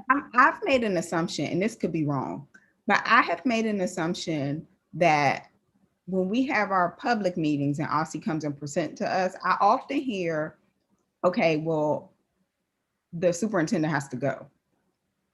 It doesn't necessarily seem to be that we couldn't have more time. It's like, I don't know if that's like we're trying to move our agenda forward, or they're saying like, we give you this amount of time, and therefore our questions have to fit within that time frame. And I think I've assumed that it's been based on, you know, their scheduling restrictions more so than our needs to be mindful of time. But I could be wrong about that. But that I'm just going to be honest, that's my assumption. And now you're making me realize I have an assumption, which is when they come to our public meeting, I thought it was just to present kind of like the leadership report. It's like the OSSI report, and we're not really, like, engagement isn't part of it. When they come to our working meeting, then we engage, but not to public meetings. So I don't know, that may be something to revisit too. I do feel like that's sort of a separate thing. It's related in the in-depth conversation part of this and frustration around that. So I think that's one of the things we're trying to solve for. And then I'll just say for myself, it's bandwidth. You know, like if we are in a 5-hour meeting and, you know, the panelist comes at hour 3, I'm just not, you know, not as fresh. And so I think if we have an hour and a half and that's when they come and like, that's all we're doing, that to me is, you know, what makes that appealing. The third meeting part, not so appealing. So I'm with you on that, but I'm just trying to like convey the rationale behind why you would maybe make that sacrifice. I'm not, you know, trying to sway anyone either way. This is more just discussion. So, President Parker, do you want to go, or do you want to let Representative O'Sullivan go first? Even though he's... Oh yeah, go for it, Representative O'Sullivan. You can go first, because I for some reason forgot what I was going to say. Well played, well played. Oh, well, I'll be quick. I would just say I am not a fan of adding a third meeting for a number of reasons. The least of which is I think we're already tapped out, many of us at least, from the 2 meetings we have, the committee meetings. Many of us, if I'm not mistaken, have full-time jobs. And I think all of the other issues that have been raised, the conflicts with other community meetings, doing initiatives in the ward. That said, I do understand the tension, right? And I think we could be innovative. I like the suggestion, I think it was Representative Thompson may have just put it in the chat, of exploring moving our meetings up. I think we've talked about that. I would be supportive of doing that. That could be a way. It's just going to be a longer meeting, but that, in my opinion, is better than more meetings. I also think we tend to take on a lot of initiatives. One of the reasons we went towards the standing committee structure was to be more narrow in the things we take on. And so I think while there are many things that come up, and because we're in a dynamic situation, it may be tempting and enticing to do so. I think it's better if we stick to our work plan. And then the other thing to just consider is just the stress on the staff. You know, and I hear what you're saying, Representative Thompson, about OSSI. It is my understanding that OSSI coming to our meetings is more of a tradition that started fairly recently. Representative Wattenberg, correct me if I'm wrong there, but I think maybe under Jack Jacobson's administration, they began meeting. I don't know, but it's more of a tradition. I get the sense that if we wanted them to come longer, they would, but they would likely only want to come with a purpose, not so much to engage in open communication with the board. And that's another conversation for another day, but we could totally explore that. So all that to say, I think we can get to the same outcomes that many people have raised without adding another meeting. Okay. Did you think of what you wanted to say, Representative O'Sullivan? Yeah, what I think I wanted to say was specifically if we were able to add like a third meeting, I kind of feel that like in terms of like, again, this is kind of going back to students, but in terms of like, I feel people's like feeling with like that there is a space for them sort of to share their thoughts as students, but also like, you know, I think for students themselves, like typically our panels have been like usually like experts on specific topics, and at least the impression that I feel I've received is, you know, we're usually reserving those panels for like things like early education or like what we just had earlier. And I think because of that, we tend to sort of dismiss like just hearing specifically from students. And I think that is the purpose of the Student Advisory Committee. But I think like if we could have some sort of like something set in place where there was an option that was specifically dedicated, I think, for students, I feel we would sort of be able to do more in terms of getting the like entirety of the public's feedback on a lot of these things, because I think like for students, it's not totally accessible to go to a public meeting and wait for like 4.5 hours. And I think also that the thing with like submitting like public testimony or doing it by a certain time, it can be a lot. And I think it is something that we should want to have in our meetings. We should want to hear specifically from students, not just like student representatives, because I think people can share their own experiences better than anyone else can. And I feel if there were a third meeting, it would give like people the option to do that. And I think it would just sort of like make it so it felt there was some more continuity in terms of the things that we're doing. But I also understand everything with like the stress that like the staffers and the leadership is on, because I feel, you know, if we can't get the money that we need, I think that's a major problem. And we probably can't overwork the board itself because, you know, we're small but mighty. So I think it is something ideally that I would like to see, but I understand if it's not feasible. Yeah, I think we probably should move on just for the sake of time. But, you know, another option that we discussed, to Representative O'Sullivan's point, is to maybe, oh, actually, this was made in the chat, this point, that maybe we could start earlier. And I'm wondering if, you know, one way to address this would be to put, you know, start at 4 and have that be the time for the panel. It's sort of like a meeting before the public meeting or something. So that's just another thought. I'm not sure how this proceeds, but we will, I'm listening and taking notes, and we'll circle back. I think we go back to the admin committee and discuss it. And we'll circle back at our next working session. Awesome. Thank you, Vice President Kasoi. Representative O'Leary, I'm going to come to you next for the Teacher Practice Committee report. Well, thank you very much. I have a prepared statement, but I lost it. So we have the Mary Levy report, and Alex Jew is going to present the bullet points on it, and we won't take 15 minutes.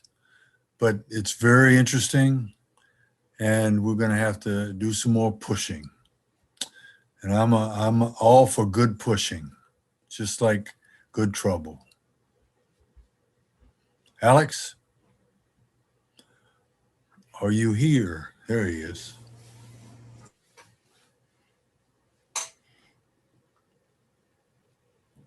You have to remember it's Alexander. Oliver's father. That would be me. I heard my name. You're on. All right. Well, hold on one second. Perfect. Thank you. So as Fraser shared, we are in receipt of Mary Levy's updated report. Staff should have sent around the report, all 88 pages, as well as a shorter cover memo that summarizes the report in about 4 pages. But I did want to pull out these 4 charts for members, just kind of talk you all through what you're seeing. And so we actually can zoom in a little bit closer to the charts individually. It's fine. We don't need to look at them together. So the first chart here is you're seeing the system level departure of teachers since 2008. And so what you're seeing here is at the system level, again, these would be teachers leaving the DCPS system altogether, not going to another school, not going into different position, but actually leaving the DCPS system, has started to trend downward. Last year it was 11%, and it is on average, I think over these 12 years, or how many years are here, it's about 17%. And so that's at the system level, and that's what we're seeing right now. The next chart, we can go to that one, Fraser, or whomever's doing the slides. This next one shows the annual school level attrition rates. And so when we say school level here, what we're meaning is a teacher might decide to leave Banneker High School and go and teach at School Without Walls, or go and teach at Ballou. And so this is measuring when teachers are leaving a specific school, but they may not be leaving the system. And so what you're seeing here is a red line is indicative of the charter school sector. The blue line is indicative of DC public schools. You will see that there has been a downward trend with DC public schools since 2015, and definitely more recently over the past few years. And then in charter schools, you'll see that this past school year, there was a dip in attrition after about 3 years of kind of a steady increase. One thing to note is that the average annual school level attrition rate is still about 25%. It is slightly lower this year, given that both the charter and the DCPS sector have decreased, but it is still about 25% at the school level. And so that's what we're seeing in the second chart. I'm going to go to the third chart.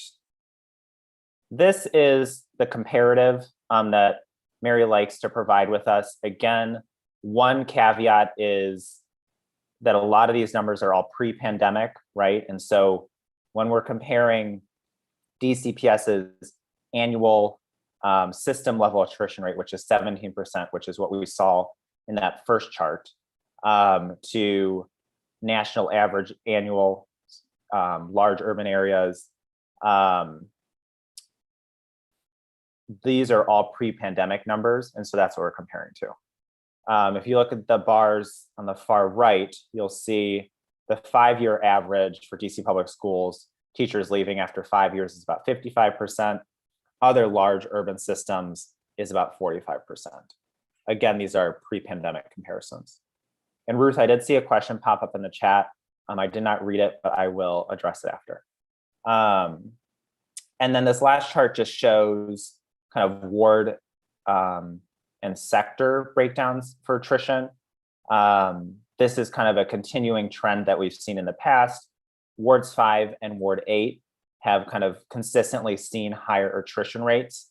You will notice kind of the blue and red bars are both for DCPS staff. For those that have dug into the Mary Levy report, this one and previous ones, she does two separate analyses, one for a classification called ET15, which is a union classification that includes folks that are beyond classroom teachers. And then she also does ones who are just classroom teachers. And then you also see charter schools. The charter school ones are important to note, but also charter schools don't always match up with particular wards, so it's not the best analysis in my opinion. But as you'll see, as Wards 5 and Wards 8 have the highest attrition rates, I think this is a 3-year average. And then it also gives some information based on different types of schools: adult, alternative, lottery, special ed, and selective. Two other things to note that are not charts here. We continue to see higher attrition rates at schools that have larger percentages of students who are designated at risk, and middle school and high school teachers are still leaving at higher rates than their elementary school peers. And so I think those would be kind of the highlights of it. I think, again, the caveat here is attrition rates are still higher than comparable urban areas, other cities. But yes, they have trended downward in the past few years, notably in DCPS. But again, like whether that's indicative of the pandemic and job security, or a variety of other things, we don't really know. And we won't know, I think, until we see numbers from, and future numbers. And I can't tell the future. I don't think anybody can, or whatnot. And so that's kind of the very quick overview. Again, I would recommend that everybody read all 88 pages of Mary Levy's report, inclusive of her appendices, as well as the memo that was put together that precedes that. That's only about 5 pages, but both are worth your time. And I will take a quick look at the chat because I know things popped up. So Ruth says, why is it 25% at system level if one is 20 and one is 27? So I think if we could show that chart again, just I'll clarify, because I think I know what Ruth was talking about, but I want to be certain. Can we share that chart again? Thank you, whoever's doing this. I really don't even know who's doing this, so thank you. So Ruth, you are asking, I think you're looking at the red line, for example, for charter schools that says 27% in 2019, and the blue line for DCPS that says 20, and asking. No, I was looking at the school, oh, sorry, never mind. Yeah, I guess that is it. So yeah, I see what you're saying though. It's like, so how are we getting an average of 25? So the average is, it averages all of these numbers. So all 12 not just this year. Okay, correct, I get not it. just I this get year. it. Thank If you. you want to average just this year, obviously it would be lower, but this is an average, like a trend average over the last 6 years across both sectors. Thank you. You're welcome. And it's actually just under 25%. So it is rounded up to 1/4% or 25%. In previous years, I think it was slightly above. All right, the next question, let's see here. Jessica, Ward 6 charter bar is interesting. I'm guessing it's driven by a specific school. I'll chime in. We have 2 alternative charters in Ward 6, and my experience with both of the alternative charters is that they don't have the same teacher longevity as some of the other schools. So it would not surprise me that that sort of outlier bar is driven by 2 schools or a single school. Yes. Representative Thompson, are you saying they have the highest attrition rates in Ward 5 and Ward 8 overall, or for DCPS? And so these rates, when I say the highest, are usually for DC public schools. And so I think they're both at 25% and have kind of been around 25% over the last 3 years for both wards 5 and ward 8. And when I say that, I'm saying DCPS. What we don't have in the Mary Levy report is the why. And so I don't know if we're going to do another survey like we did, but in order to find out why teachers leave. But as Alex said, the last 2 years, especially this year, it's going to be really hard to figure out why teachers leave. I think the dip in 19 and 20, the school year 1920, really had to do with the pandemic in a kind of perverse way, is that teachers didn't leave, who may have thought about leaving at the end of 2020, but they decided to stay on because they knew they were going to go back into the virtual classrooms. But we don't have any data on that at all. So to try to figure out what's going on, it's going to be, and we won't have real data until we go back into the buildings. I mean, if we find out that a lot of teachers leave this year, then it may be because of virtual learning. And it may be because teachers aren't convinced that they're going to go back into classrooms full time in the buildings. I mean, we still don't have any live data about that. Unless you know something I don't know about what the buildings are doing to get everybody ready to go back in the buildings, because all the students haven't been vaccinated, that's for sure.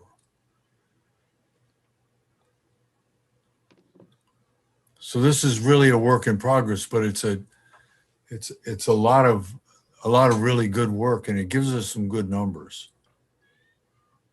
Absolutely. Well, so that's it for our report. Thank you for your work on this. And I would say the chairman is really interested in the board's work around teacher retention. I think almost about every meeting we have with him, he references it as amongst our most important work. So thank you again, Representative O'Leary, for spearheading this. Representative Sutter, I'm coming to you for the Education Standards Report, Committee report. Great, happy to provide it, and ours will be quite quick. So you all got to see the fruits of our homeschooling work already earlier tonight. We're very much looking forward to the panel that we'll have at the work public meeting next week, as well as the members of the public who are coming to comment. I have also heard good feedback, Representative Reed, from some of the outreach I did, that we do seem to have a number of families who are going to come and speak in the public comment period as well. So I think that's very exciting. Thank you to Representative Reed for all of her work on that alongside Alex Jew. Social studies updates. In addition to what's in the committee report, we learned today that OSSE expects to have a draft for the review by the CSAC as well as the board the week of August 16th. That's a little later than we initially had hoped. We had hoped it would come in July, but since we are on recess now, I think it's actually more convenient for all of us that the draft will be a bit later. So I'll make sure that we keep board members updated as we update the CSAC about when that draft will be in our hands, about the time period we'll have to engage with that. One important note on that, this draft will be for comment by the CSAC and the board, but is not yet the draft that will be ready for public comment.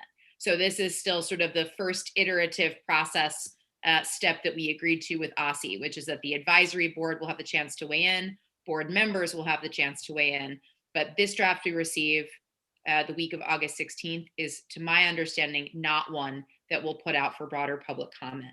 I have a meeting with OSSE next week, and once I come out of that meeting, I'll update the committee as well as the full board on any additional details I have there.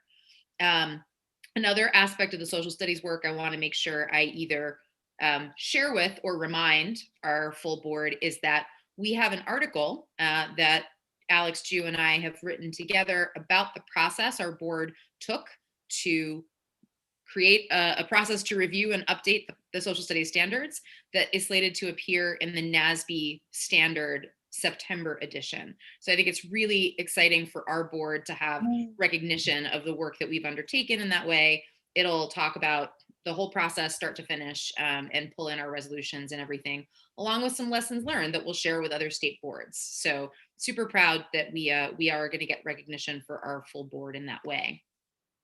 The ethnic studies event that we've talked about quite a bit, Alistair is not here, so I'll share the latest and greatest on that. We decided that the best and most appropriate audience for this panel is really the teachers who are involved with working with our students every day. After feedback from the Student Advisory Committee and conversations on the Education Standards Committee, we've agreed to pull this panel together and put it out to the CSAC and the Technical Writing Committee members for sort of the initial audience, though we'll still obviously live stream the event and make it available to the general public. We're finalizing a date for that, but expect that it will happen at the end of August or early in September, likely in a pretty close period with the review of the standards. So maybe we'll even get some interesting ideas to provoke feedback from the CSAC on that standards draft. Last thing that our committee's been working on is the Community of Providers survey for to be sort of a companion document to OSSE's state literacy plan. We put out a survey. We had not gotten quite the response we'd hoped for. We had about 7 responses from what we put out.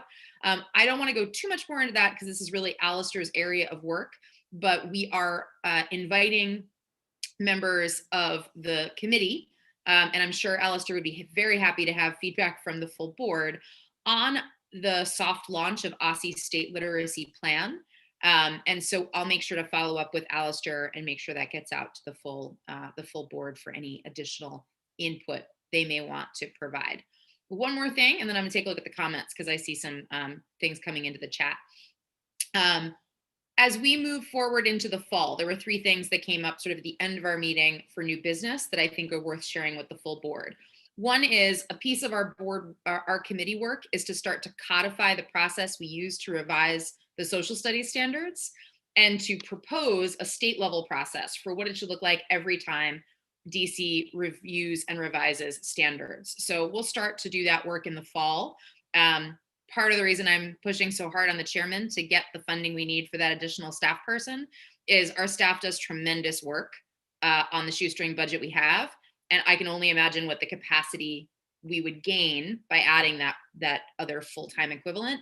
And I do think that our state could stand to look at a whole bunch of other academic standards. So we'll start that codification process in the fall and super hope to have additional funding for that other FTE. I'm also hoping that we can all give some thought to once Dr. Grant, the new interim or acting superintendent OSSE, is confirmed, that we can begin having conversations about her perspectives on teaching and learning and about how that might impact the work the board does on education standards and associated teaching and learning work. And then finally, and I don't know where this comes up tonight or whether it does, Emily, I know there's an email from you that I read and haven't responded to yet. Sorry about that. About how we spend our funds on engagement across the issues of a number of committees. So at the end of the committee meeting, Dr. Reed and Representative Chang brought up the notion of how we might use some state board funding to assist with engagement on things. For instance, the social studies standards. We're going to need to solicit public comment on those at some point in the fall. We're also, the Assessment Accountability Committee is going to do some engagement work. Might there be possibilities to build economies of scale and hold, for instance, all 8 wards state board engagement nights in which we have 3 round tables, one focused on social studies, one focused on STAR, one focused on general all y'all come issues, and use some funding to do things like provide food or provide childcare if those kinds of vendors would be an option. So that was the other thing we talked about, wanted to make sure I touched on tonight. Questions, looking in the chat here. Okay, Representative Thompson. Question about this. I'm happy to talk more with you. I've talked with a couple of different folks about this, but definitely we'll follow up with you to figure out how we can make sure we have some common talking points on this, but also let folks know, like, we are deeply concerned about making sure that the new standards are reflective of a real focus on Black and African American history and culture, and whether or not Councilmember McDuffie's proposed legislation makes its way through council, that the new standards are reflective of the need for our students to have that sort of rich content present in the standards. So I'll definitely follow up on that. Doesn't look like there are any other questions in the chat.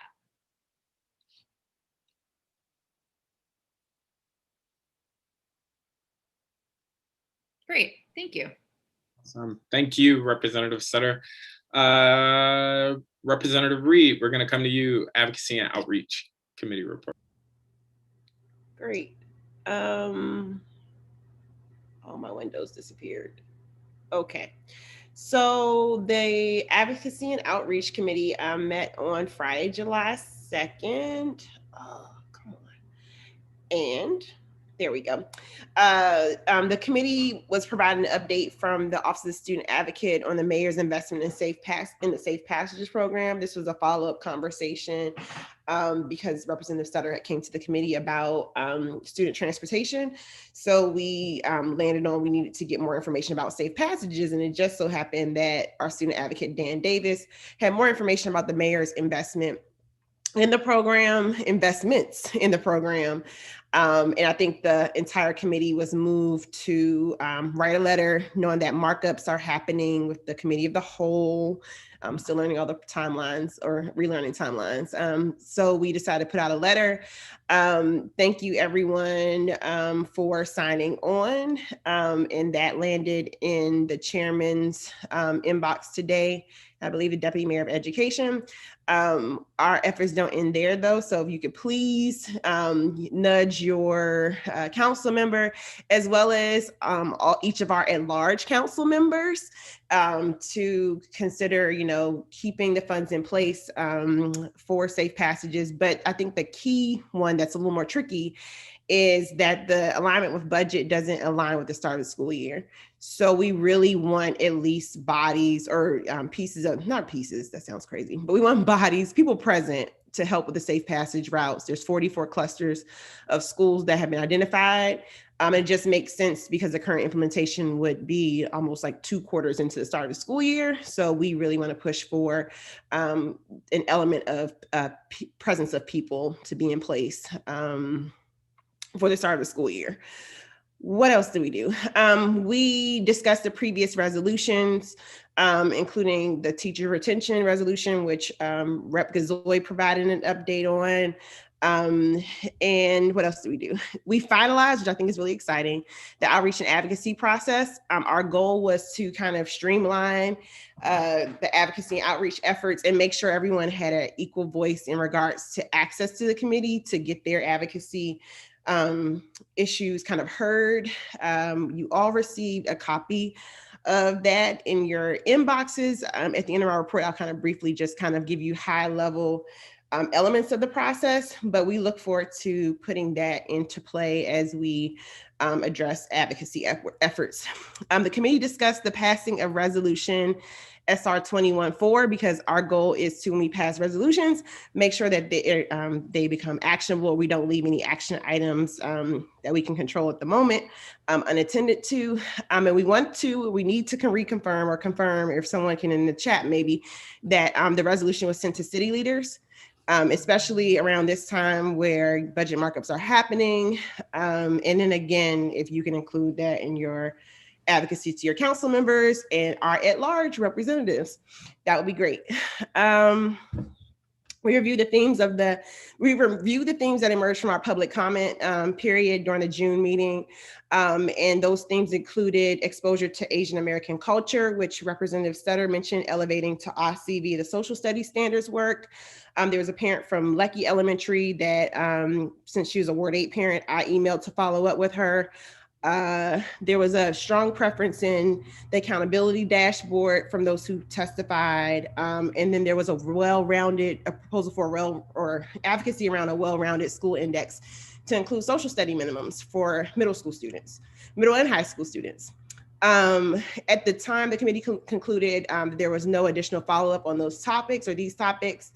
And then the committee concluded at the end of this meeting, we just want to, which we'll focus time on in August, setting up a SBOE advocacy agenda. So basically, you want to get down to 2 to 5 areas that we can focus our efforts on so that we're not all over the place, but really focusing on some key areas that we can hopefully move the needle. And that was kind of in response to Representative Thompson's comments during our retreat, where, what are areas that we can really focus in and target and make a difference. Our next meeting is Friday, August 20th from 10 a.m. to 12 p.m. Everyone is welcome to listen in, including the public. So that's kind of the committee report. Just to basically kind of go over what is it called? And I don't even see how I'm doing on time. The advocacy and outreach process. Essentially, the goal is for how the committee handles. So, you all as board members can, definitely address advocacy outreach efforts as you see fit for your wards, and also bring, topics to the committee. But as a committee, this is how we're going to plan to address advocacy efforts to kind of keep things equal, or just basically really keeping the process public. So proposed areas from advocacy board members. So basically, an issue is raised from a board member or from State Board of Education members. So you as a member can raise it basically in a public session. So either a public meeting or a working session, just so it's for the record that you raise this as an advocacy issue. The committee will kind of vet it, making sure that it, it ties to our equity framework. It's connected to our advocacy agenda. It's relevant to pressing issues, just making sure that, it's a topic that the board can take on or it makes sense to take on at the time. And then the committee will provide a recommendation. So the recommendation could be, and the recommendation we provide during a public facing meeting. So it could be, we'll issue a letter, or maybe we need a resolution, or maybe this is something that's more specific to your ward, and you need to, just kind of follow up and the board can help as needed. The next method that advocacy effort can emerge is during public meetings or public hearings. So basically each hearing, what we do is we collect the themes from public testimony, we summarize it, and then we review those themes during our advocacy and outreach committee meeting, and we determine if next steps are needed. And the beauty of our committee meetings is right after our public meetings. So a lot of the topics are fresh. And then another area is basically SBOE resolutions. So making sure the beautiful resolutions that we write, that we during our committee meetings, make sure that they, whatever the action step at the end is actually followed. And then we plan to engage in the yearly actions. So basically feedback on our education budget and the oversight issues. So that's kind of, the advocacy and outreach process in a glance. We've kind of been informally employing it within the last couple of months. We do know a constituent mentioned, and I talked to this constituent, making sure that it's public facing. So making sure the public is aware that we have a process, which I think is valuable feedback. So we'll figure out a way to, or maybe John Paul, somebody will give me guidance on, how to make this accessible to the public, what platform should we use, and just making the public aware that this is how this one section of the State Board of Education takes on the issue. He also raised, which might also be worth but people aware of, making sure committee work is accessible, or the public knows what you guys' goals are for each committee. And I thought that was kind of a key takeaway, because maybe it's on Assembly, but people might not be aware of each committee's agenda. So that was a lot. Anything?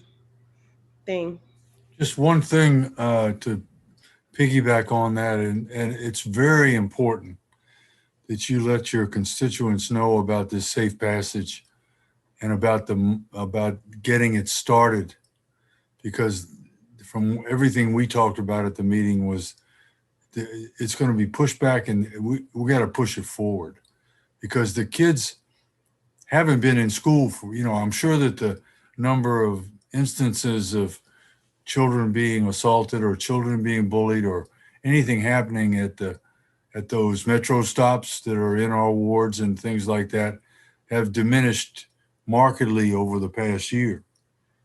But they need to have people ready to be safe passengers for the students, and we haven't heard any plan at all. We agree on that, right, committee members? Yes, as proposed, the enhancements to the Safe Passage program will not roll out until January 2022. And we know schools are going back the middle of August. Yeah. And that's unacceptable. We also know that a few of the people, not a few, but how it seems like it's written, it seems like there are already some entities in place. Like if they're partnering with violence interruption groups who are going to eventually be hired to help with these clusters, they're already on payroll. And this might be me being naive to a budget, but it just seems like there's potential for some overlap. And I also know a lot of times people are accessing budgets towards the end of September, so. That was my question, Dr. Reed, was about the violence interrupters. Is there the ability, or do you know, for us to use the funds, since they're going to be coming later, to retro pay or use for violent interrupters? I know a number of schools that are employing violent interrupters for safe passage, and they're going to start at the beginning of the year. And can they, kind of reimburse those funds? Yeah, like Dan explained that there are some schools that already have violence interrupters assisting. For instance, Anacostia High School has a whole different element that's already going full force.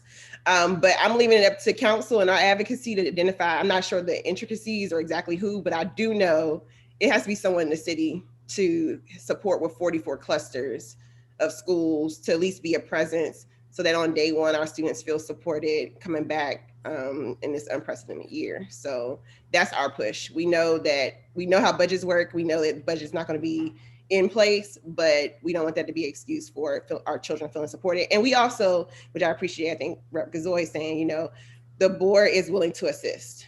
So we're not just saying, hey, city leaders do this, but let's do this together. And we have about 6 weeks.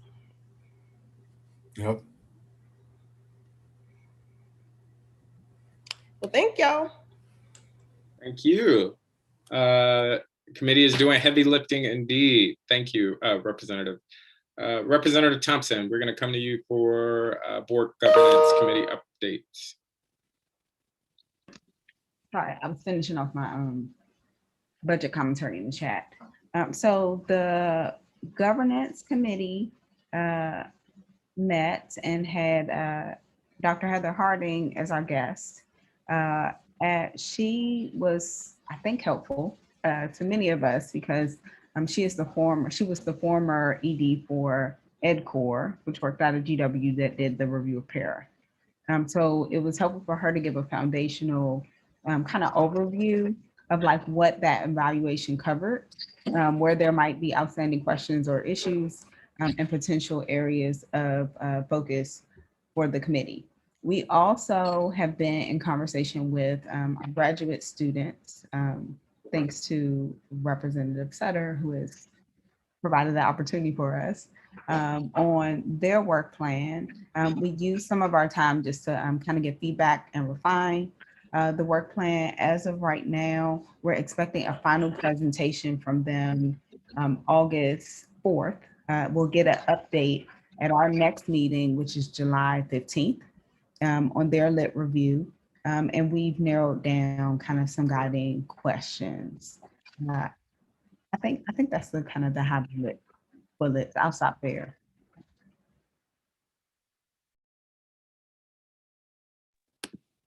Awesome. I would be curious to, I need to go back and watch the tape, but any headlines from the conversation with Dr. Harding?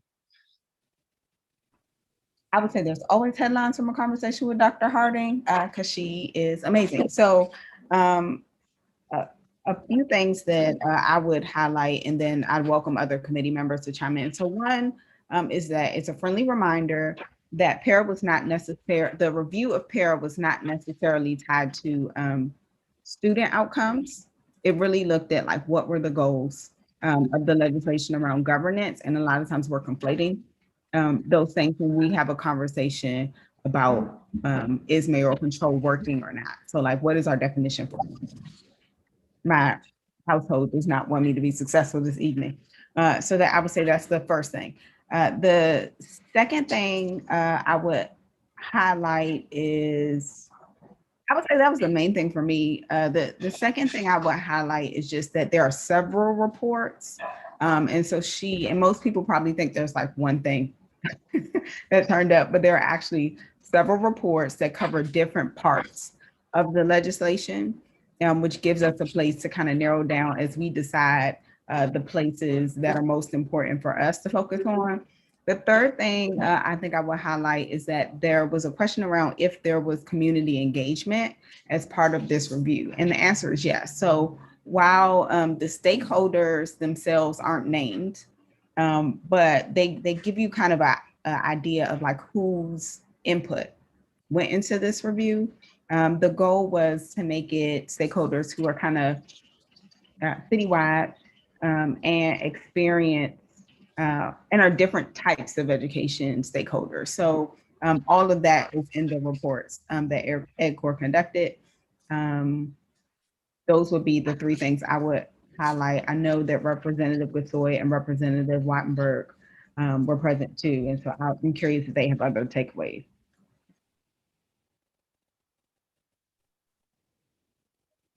I'll just say, I mean, I think that's a good summary. There was something that, and I now can't remember, that either Dr. Harding said or somebody from one of the grad students talked about in terms of what hadn't been moved forward. There was something very dramatic, but I can't remember what it was. Do you remember what it was? I never mind. If you can't remember, I can't remember. Yeah, I would need to look at my notes on that one. Sorry, it was a while ago. But yeah, it was, there were some things that we weren't aware of or that she highlighted. So it'd be worth going back and looking. But yeah, I would say more recently, the work with the grad students from American is moving along. Did you mention that? Okay, sorry. I think I was distracted by my little doggy. It's not really a doggy. I will not explain why. But yeah, no, I'm sorry. I don't have anything more to add at this point. Okay. Well, thank you, Representative Thompson, and for the work that you all are doing. And last but not least, Representative O'Sullivan is going to bring us an update from the Student Advisory Committee. Thanks, President Parker. So you all should have a draft of the Student Advisory Committee end of year report. It was in the attachment with the agenda.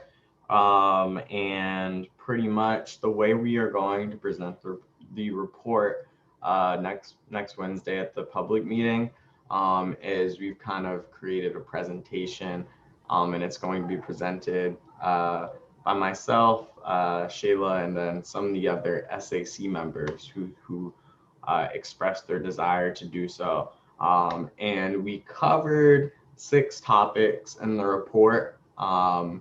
We covered obviously distance learning, which was more so a summary of people's experiences, the key takeaways. Not many things you can do with recommendations there, except for if things were to happen like in person, virtually again next year, and then also some things that you can incorporate from distance learning into in-person learning. In terms of mental health, which was the second topic, this will be something you all hear about a lot next Wednesday, but schools have mental health programs, but their students don't know about them. That's something that was very resounding in terms of some of the thoughts we've heard from SAC members, that, you know, obviously students are going through things and then they had no clue that their school is offering something because they don't advertise it very well. And that's going to be very important going forward. In-person learning, obviously there are numerous things that are in that section of the report. You all can sort of read for yourself what's in there. And then there are also some things about like regarding like vaccines, safety, but then also how learning itself should work. And then there's also the point about elementary and middle school students. The state board needs to find ways to engage those students in particular. Obviously, high school students have the ability to advocate for themselves in some regards. It's much more difficult for smaller kids to do that. And then the fourth topic was safe passage. And that's why I'm super happy about the work that Representative Reed and you all have done on that in terms of the letter, because that's something that's very important, obviously, both in terms of COVID-19, public transportation, but then also people going to and from school, being safe from violence and sexual harassment and things like that. And then inequities in funding, because librarians was a big issue in this past year, inequities in funding, especially with like technology, people being able to access those things. But also it's very important just in general to attacking any of these issues that schools get proper funding. And then last, recruiting applicants. So that's sort of for the SAC and student representative position. So as of now, I believe we have a good number of responses, but we want more. In the email I sent to each of you all last week, there's a list of directions that it would be appreciated if you all could follow. And that includes sort of sending out the application link, flyers, and like the blurb that we wrote explaining the SAC and why people should join, sending that to schools and telling them to post it. And it's very important they do all three of these things. Post on their social media, their website, and their newsletter. Because that's something we found. We did a survey about how SAC members found out about the SAC in the beginning of, or in the middle of the year. So not in terms of the application, but in the middle of the year. A lot of them said that they found out from like, oh, if it was included in a school newsletter, or if they found out from the school somehow. And people do read their school emails that they get from principals, etc. And obviously social media is something that we're already doing, but it's really on like you guys in terms of getting schools and their principals like aware of the application to put on their website, because students do check those things. So it would be great if you all could try to make that an emphasis. Then also there's like a fun little thing that we want you guys to do, film like I think it's like 30 second, like 1 minute long video of yourself just saying like why you guys think it's important that people apply, why you think it's important for students to get involved, some things that you think they may join. And so that would be really cool. Because we really want to get as many applicants as possible, because this past year, I feel like we had I don't know the total number of students in the SAC in years past, but I've started sort of compiling the entire list of everyone in the SAC, and it's definitely a lot of people. I think probably over 30, and that's something I really like, because there are a lot of schools. So just if you guys continue to do whatever you guys can, really make it an emphasis in these last couple weeks, that would be great. And apart from that, if you guys have any questions, you can ask them now or next week when you guys see the presentation and get to interact with the students. Do you have a list of schools that have of applicants from the schools? I mean, is there a list of schools that have had applicants that have turned in? For the current application? Right. You'd have to ask John Paul. I don't, but I think John Paul may be able to tell you that. Because I mean, I've been in touch with my principals, but I don't know if it's worked. Yeah, I'd ask John Paul. Maybe he can give you guys some data about that. That'd be helpful, I think. If you could just give us a list of schools that have applied. I'll put that together and send it out tomorrow. Great. Awesome. Thank you, Representative O'Sullivan. And last but not least, we have our assessment and accountability committee. I did say that was the last, but I did mistakenly. They were really mad at you at that point. We're really mad. I got some messages offline, but I'm going to turn it over to Representative Patterson and Wattenberg. So I am doing the first part today, and Representative Patterson will do the cleanup. Hopefully there won't be that much to clean up, but I did note that we're very forgettable and we need to become more controversial. So we're gonna work on that. But look, I want to start with just a very quick overview of sort of where we've been, where we're going, partly for people here, but also partly for anyone who's watching.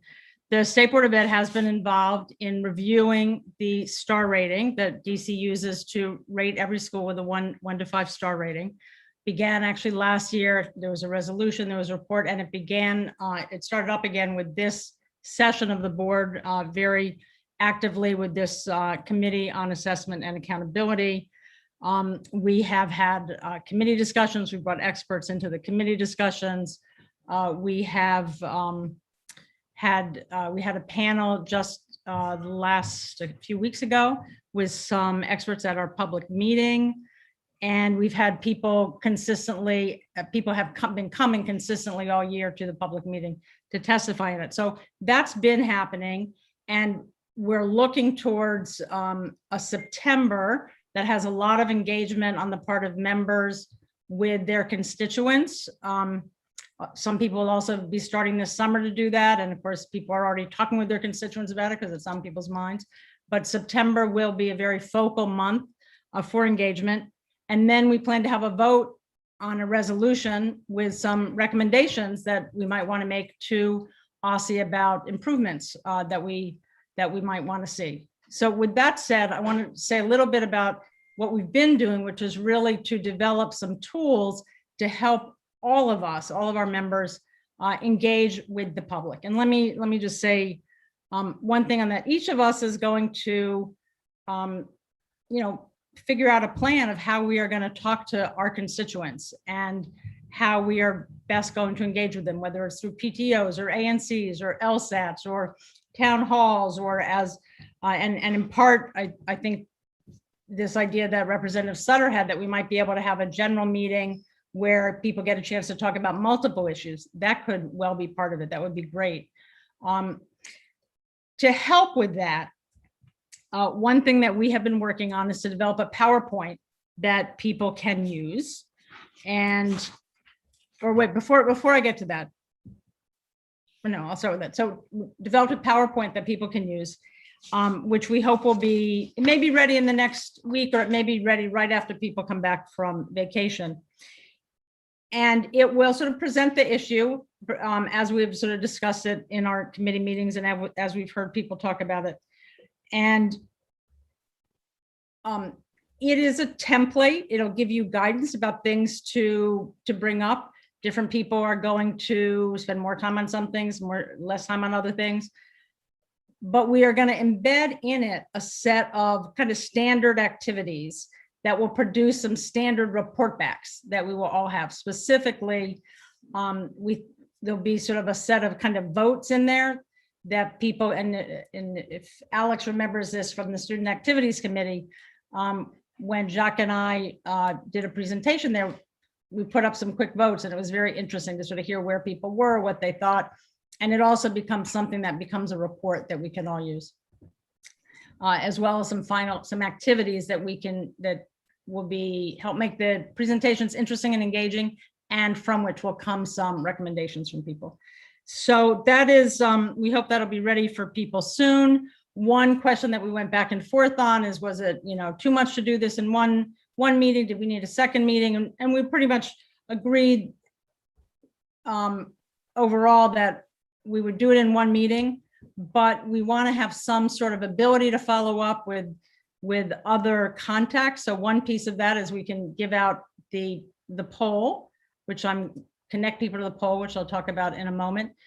The other thing that we're working on that I think is going to be possible is that the board is going to engage someone to run one or a couple of focus groups. So as there are people who want to follow up specifically with further conversation, the board itself can handle that. And then indeed, any of us can have follow-up meetings with whoever wants to be part of that. The other thing that we're really working on is these surveys. You guys have seen the drafts of the principal survey and the teacher survey. Those have also gone out to a group of stakeholders and to agency reps.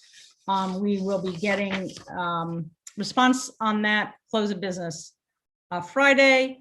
Representative Patterson and Darren, our great staff person, myself will be sitting down on Monday and trying to just get that finalized and get that out the door. Because they have to get, let me just say something about the windows on that. The principal one, we really want to put out pretty quickly because principals are around during the summer and they maybe have more time now to engage with this than they would later. So we want to get this out to principals quickly. The teacher one, we feel like the teachers will be, they're often have flown the coop, they're vacating and enjoying themselves this summer, but start to come back to school mid-August, late August, and we'll put it out to them sort of at the beginning of their return and leave it open until about mid-September or so, where the principals will probably close beginning of September. The third survey, which you have not seen yet, we hope you'll see it very soon, is a draft for a parent survey, which would then go out in September, which is when when parents will be more focused on this. And for each of these, the main way this is going to get pushed out, well, the board has lists of principals. We use it for our last survey. We'll use that. For teachers, some teacher stakeholder groups will be provided. We'll be sending it out to their lists, we think quite broadly. But it'll also be very much up to us to really push these out in social media. And to follow up with principals and so on. And then as far as the parents, this is very much going to be about us pushing this out. So I'm really hopeful that people will, talk about it in their social media, talk about it in their newsletters, let the PTOs know, let the LSATs know, try to get in your school newsletters, whatever, to encourage people to fill out these polls. And you can also invite them to the meetings that you're going to hold in September. And the last thing I want to say is we talked a while ago and we promised that we're going to put together what I call a protocol so that people can sort of interview their principals. The idea is that you pick a few principals that you're interested in talking to, that are interested in talking to you, and have a conversation with them based on some standard questions to give you a sense of how it really is affecting people at the school. And then what we're going to do is we're going to have a pretty simple report form that you can then complete based on that conversation, where you can give sort of a general answer to it's about 5 questions, summarize what you heard. And then there'll also be some specific follow-up questions that you may or may not use depending on your conversation. But if you do, it'll be very simple to report the responses there. And with that, I think that is everything I wanted to say. And I will turn it over to my co-chair, recently back from vacation and ready to go. If you see me laughing, I'm laughing because I believe Ruth has basically explained in detail, what the committee has been doing and why we're moving so aggressively. I do want to shout out Darren again because of the support that he's given us to allow us to move at the breakneck speed that we're actually moving in. I know that is a short window that we're asking our committee members to move in and trying to get some of these things done, and the rest of our colleagues on the State Board of Education. But because of the support we've been getting from Darren, which I commend again, that has allowed us, and we think we can get that work done in order for us to have that report, be able to do that support in the October timeframe. So like I said, Ruth has summarized very well what we're doing and what has transpired thus far. And we're just going to continue to do those things and work with our other committee members to make sure that this happens. So thanks. The one thing I would just throw out on that is all of us should be really thinking about how we are going to engage with people in September. Set yourself up to speak at your ward meeting, put out some notes to the people if you know who are the leaders, the parent leaders at your schools, talk to your ANC people, just sort of get on the agendas, think about having it in your newsletters, et cetera, just so that when we get there, we're all ready to go.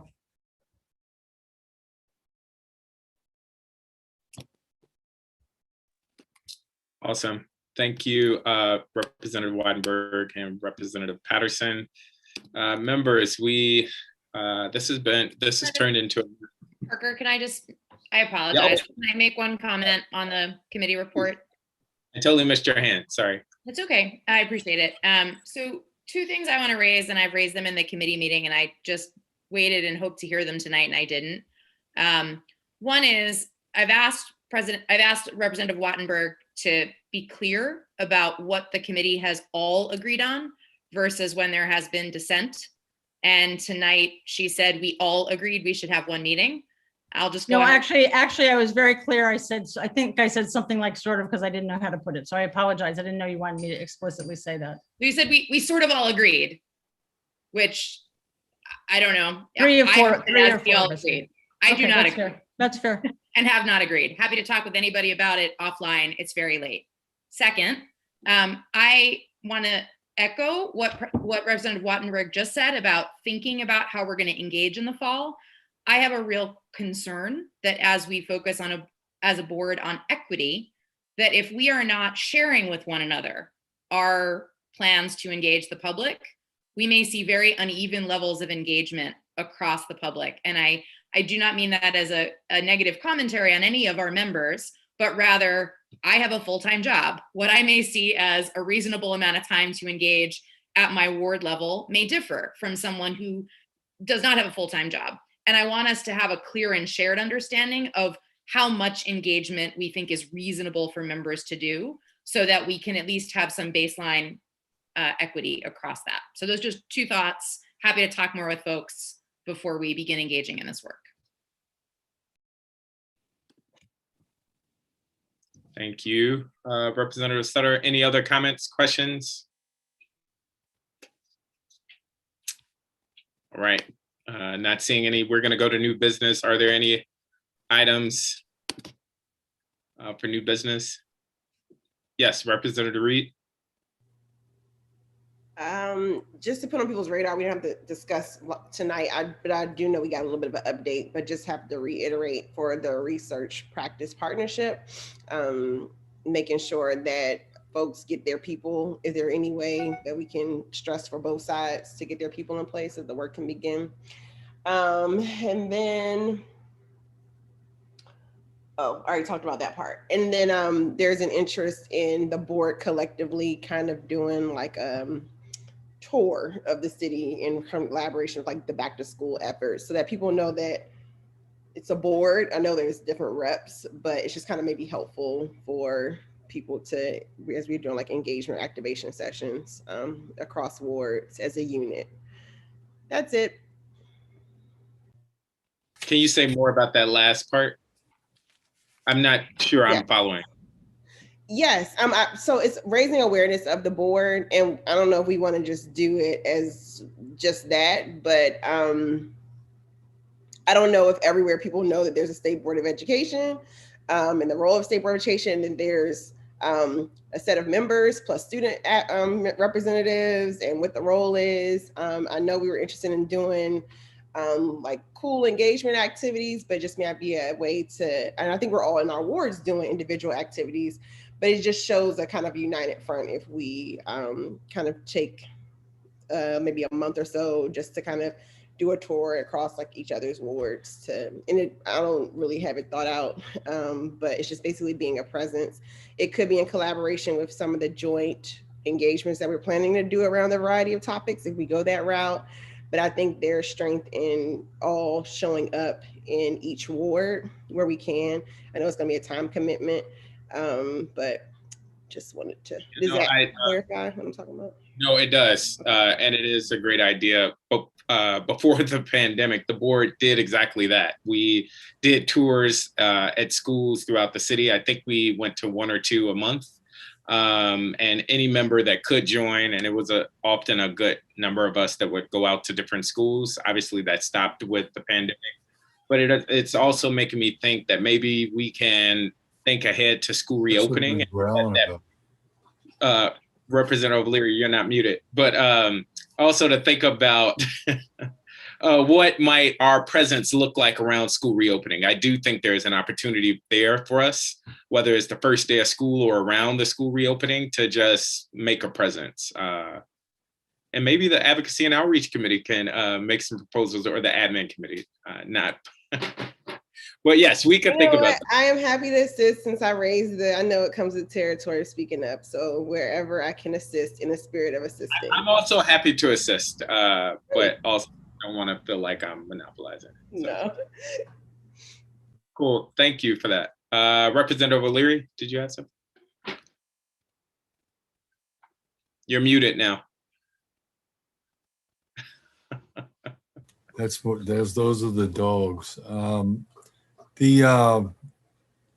What Representative Reed was talking about is something that John Paul is taking care of, so that everybody has some identification about being members of the State Board of Education at the beginning of school. When we go to the openings of all the different schools, if everyone would have their SBOE t-shirts or the polo shirts or things like that, I think that would be very helpful. That's just a thought, because that happened at the event that we went to over in Ward 5, where some of the members, especially Representative Thompson, didn't have a t-shirt, and she was very upset. Representative Thompson.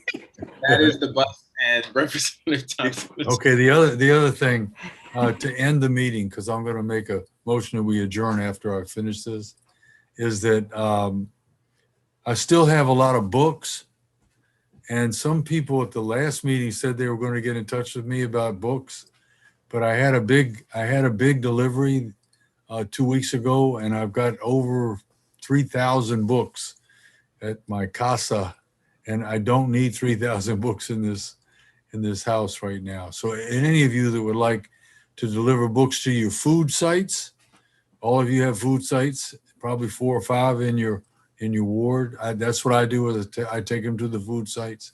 But just give me a call, please. And now I'd like to make a motion that we adjourn.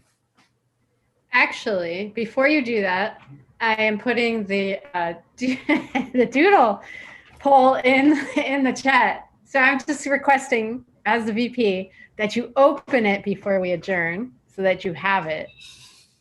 And then if you haven't done so already, this is for the fall retreat, that you let us know when you can come. It's like 2 minutes, unless you have a really complicated calendar, but wherever, between 2 and 5, 10, whatever.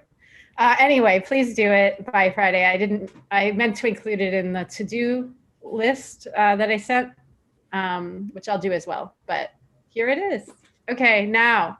And I've pulled it up, Vice President, and now can I second that motion from Representative O'Leary? Yes. There has been a motion and properly seconded. All in favor, please say aye.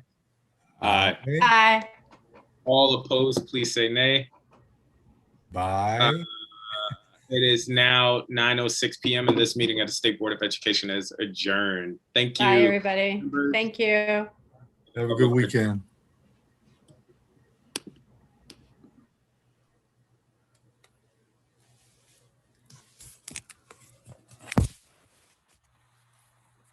Yeah.